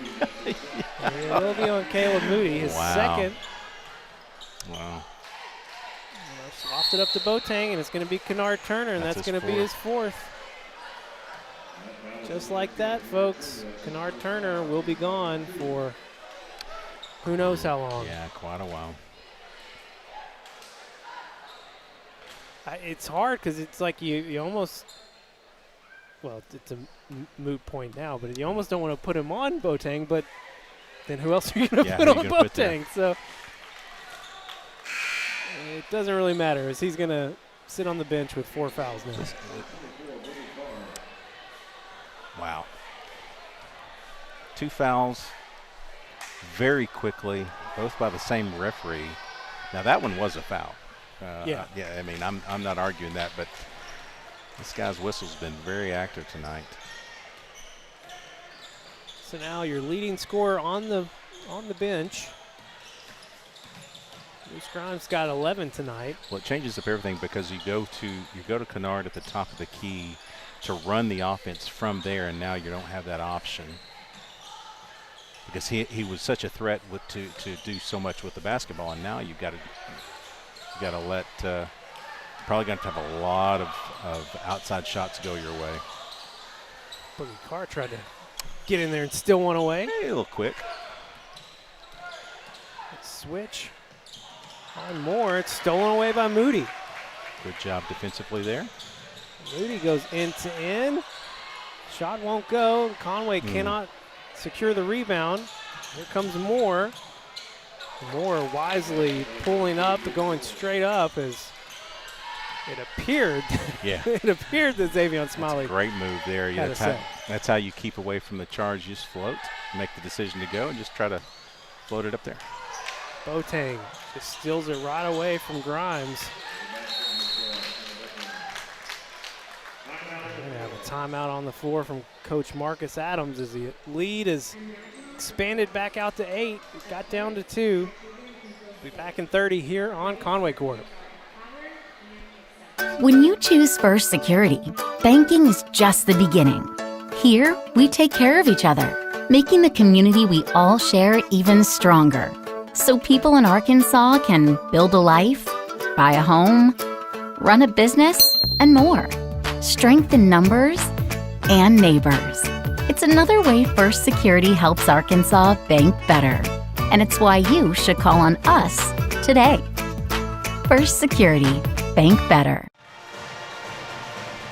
Well, I had hoped I had hoped that maybe fortunes would change a little bit here in the second half, but so far it's just not playing out that way so far. No. The only thing is that a live score? This is I got a live feed pulled up here on my computer of the Cabot and Bryant game.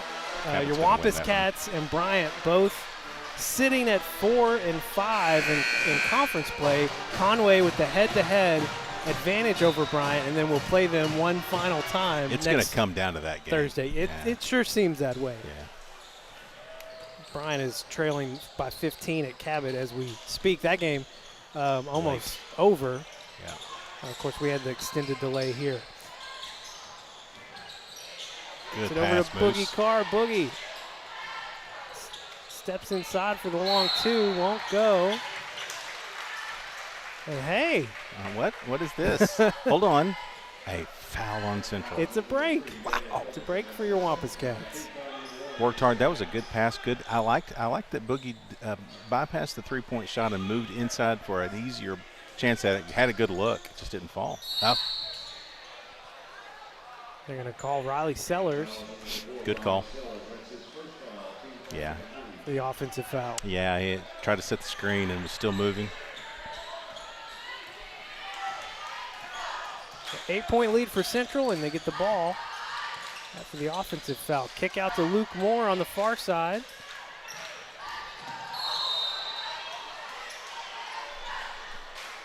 And they're going to call a foul on Savion Smiley.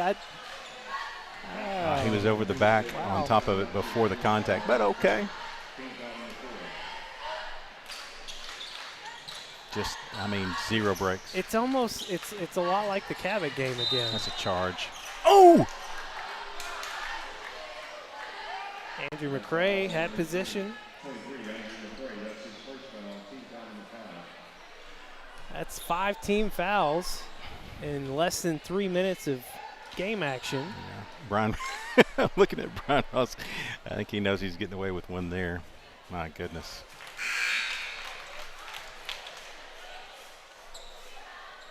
Brian Ross has had the luxury of remaining calm tonight. Yeah, he hasn't had much not go his way.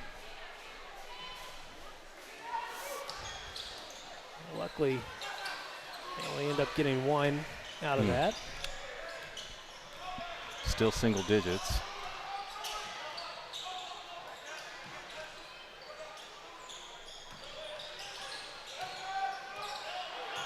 Again, the offense without both Colin Thompson and Kennard Turner at the moment. Turner with foul trouble. Just not a lot of options.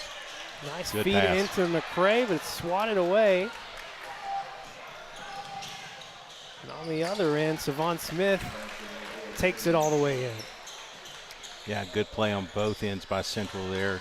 Great block in the middle. Good finish on the run out. Bruce Grimes trying to work that baseline. He draws the contact. 4:26 to play here in the third. There's a second foul called against Central. Yeah. It's going to be, every point's going to be precious here. We've got to get a chance to put some fouls up so that we can get to the free throw line eventually, but Central's doing a good job of not fouling. Feed it down into McCray. Shot just a little too strong. It was a nice feed and great effort by McCray, but no points to show for it. Yeah, Boateng is not only is he offensively a threat, but defensively he's a presence down there low, and he alters shots just by being there.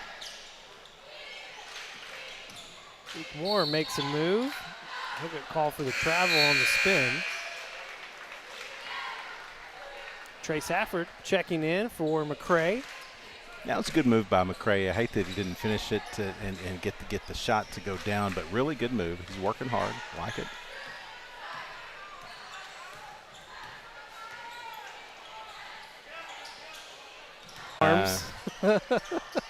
I'm liking whoever that is.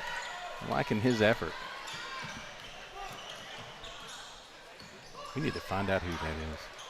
Go, man. Oh. Well, he had doing a job pulling down rebounds, I'll tell you that much. Good effort from him. 32 on Scorebook Live is listed as Caden Henderson, but 31 is listed as Jacoby Wade. I think that's going to be Jacoby Wade. That's definitely not Caden Henderson. No. Mm-mm. No offense to Caden. No offense to Caden, but he looks more like a defensive back. That's slash linebacker. He's been pulling down rebounds like one. It's going to be on Caleb or Jacoby? Jacoby. Yeah, he said Jacoby Wade for sure. Yeah, that's who it is. Nice. Well, Jacoby Wade, glad to have you. Welcome to the team, my friend.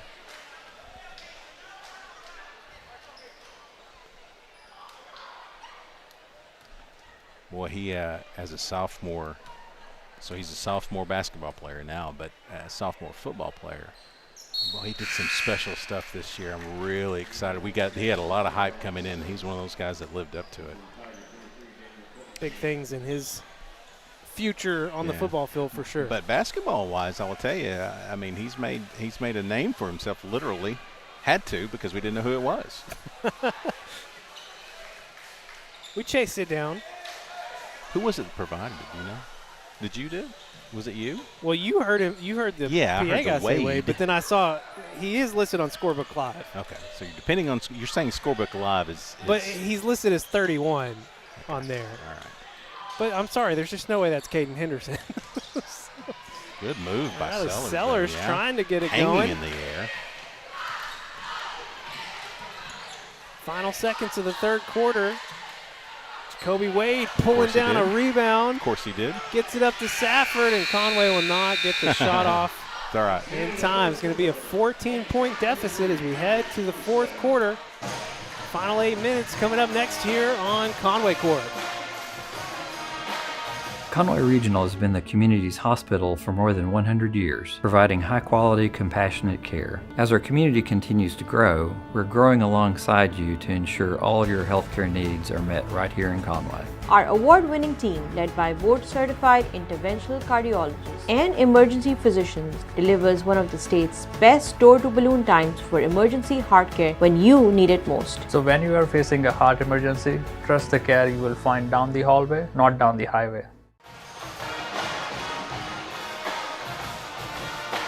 We had a final over in Cabot as Bryant has fallen on the road to the Cabot Panthers. I bring that up because currently your Wampus Cats and Bryant are locked in a dead heat at the 5 and 6 seed. Both teams were 4 and 5 coming into the night. Bryant now 4 and 6, and Conway, I guess they can pull off a great comeback here in the final corner, maybe at that record too. Currently though, have the head-to-head over Bryant, which makes them the 5 seed. Bryant would be the 6. But one more matchup with Bryant coming a week from this Thursday. Does the 5 seed put us into the West bracket? Well, we'll be playing someone from the West regardless. Oh, that's right. But is it on the side away from Jonesboro? The 5 seed. Well, it depends on where Jonesboro ends up, too, that's a good point. If they're the 2, who knows where they're going to end up? That's Kennard too much Turner math. Back in and making his presence known as he had to sit out for pretty much the entire third quarter after picking up his 4th foul. He hits a 3 there to pull back in within 11, but right back to 14. Yeah, and he's on Boateng, and that's just that's going to be difficult. Jacoby Wade thought he was going to come back in for a second.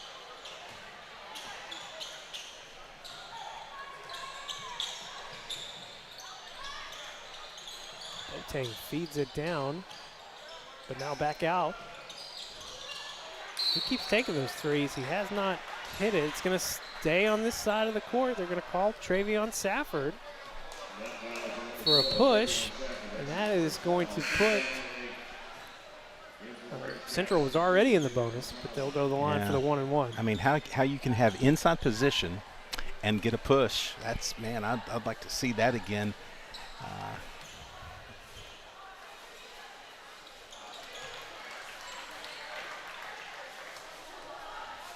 If we finish as the 5 seed, we would be on the same side as the 1 seed out of the Central. Out of the Central, okay. Which that's what you were trying to ask, yeah. Because I think that probably is going to be Jonesboro. Seems that way, right? Currently, at this point, they're 7-1 pending tonight's game. No foul, Kennard. But that's the same seed that your Wampus Cats were 3 years ago. It's going to be a defensive foul on Caleb Moody. That will, basket will not count. It'll be 2 shots. Is it going to be 2 shots or should it be 1 and 1? They're going to. Well, did he make the shot? Well, it looked like he passed it to Boateng. It should just be the 1 and 1. Yeah, they're going to talk it over. Yeah, what are we doing? Clear it out here. He wasn't shooting it. It didn't appear to me. They are going to let him shoot too? Anyway, if you recall 3 years ago, your Wampus Cats finished as the 5 seed. Right. But if they could have easily, if they had won the final regular season game, they would have been the 2 seed. Yeah. They lose at Bryant. Right, that's right. Finishes the 5, barely win their first round game against Bentonville, and then, of course, the rest is history. They go on a run. Because it's what is it, 5 versus 4? 5 versus 4 out of the West. And then they beat Fayetteville. Well, they beat Bentonville in the first round. Then beat North Little North Rock, Little Rock, who is ranked number 1 in the state. And really throttled them. Throttled them. Yeah. I mean, just yeah. I mean, it wasn't close the entire game. And then, of course, beat Fayetteville in the semifinals and would have faced this Central team in the championship game. But we got a technical. Sorry, I'm getting distracted because apparently there's now been a technical. I don't know who this is going to be on.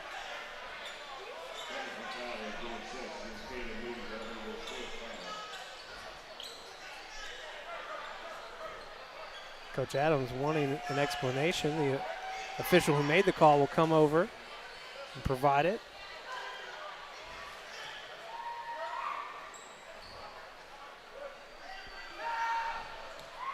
Seems like we've seen this before. Yeah, I know.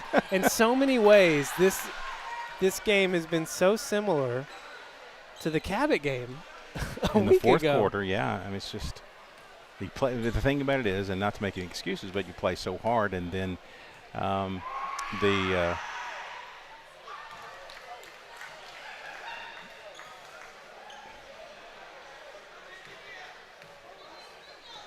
not sure. And I'm sorry, we're all distracted, but we're watching. We're watching the Jacoby bench Wade trying to come into the game, but apparently there's some. Is there like an equipment problem? I think maybe.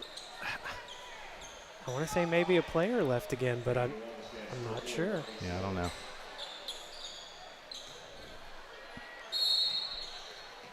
But yeah, it's got that Cabot vibes all over again. Yeah. Wampus Cats trailing by 17 now. I don't even know who the technical was called on. I think it was called on Moody. On Moody. That's who's sitting. Okay.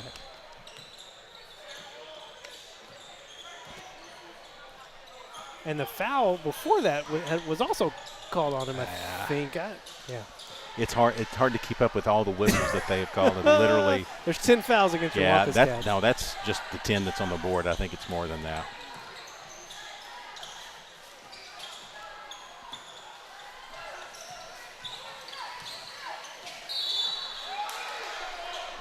Be another foul against your Wampus Cats here. This will be on Sellers. It'll be his second.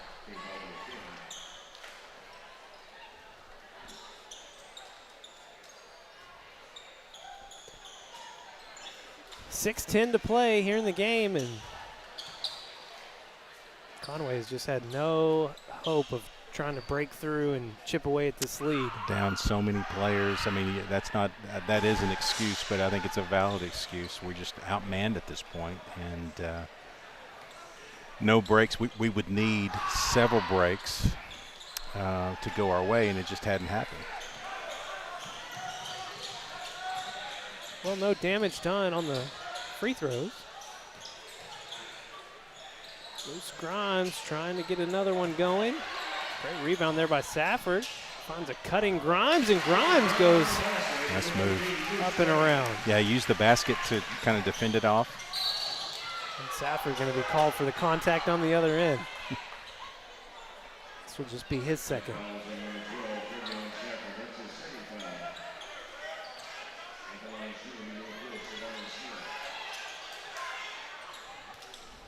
Grimes with 15 points tonight. Just a point behind Kennard Turner. Turner's got 16. He's playing with 4 fouls still.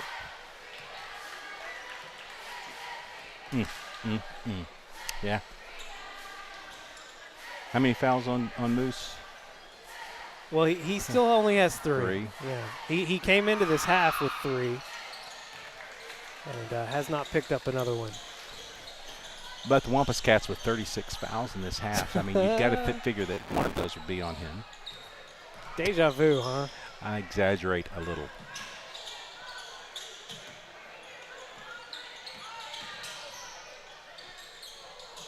It's going to be out on Central. Stay here with Conway. Yeah, that was kind of a chaos kind of pass move there. We're fortunate to get the ball back. The inbounds to Turner. Just want to finish out strong, play strong. Last 5 minutes, you're down. That's a huge number. Sellers' big 3 goes up. It won't go down, and it'll be out on Smiley. He's had several good looks. I mean, there have been a few that have rattled around, and but yeah, he has two threes. He hit 1 in the first half. Yeah, 1 3. He has 1 3. Yeah. Shot looks good though. I like how they've worked him on the baseline.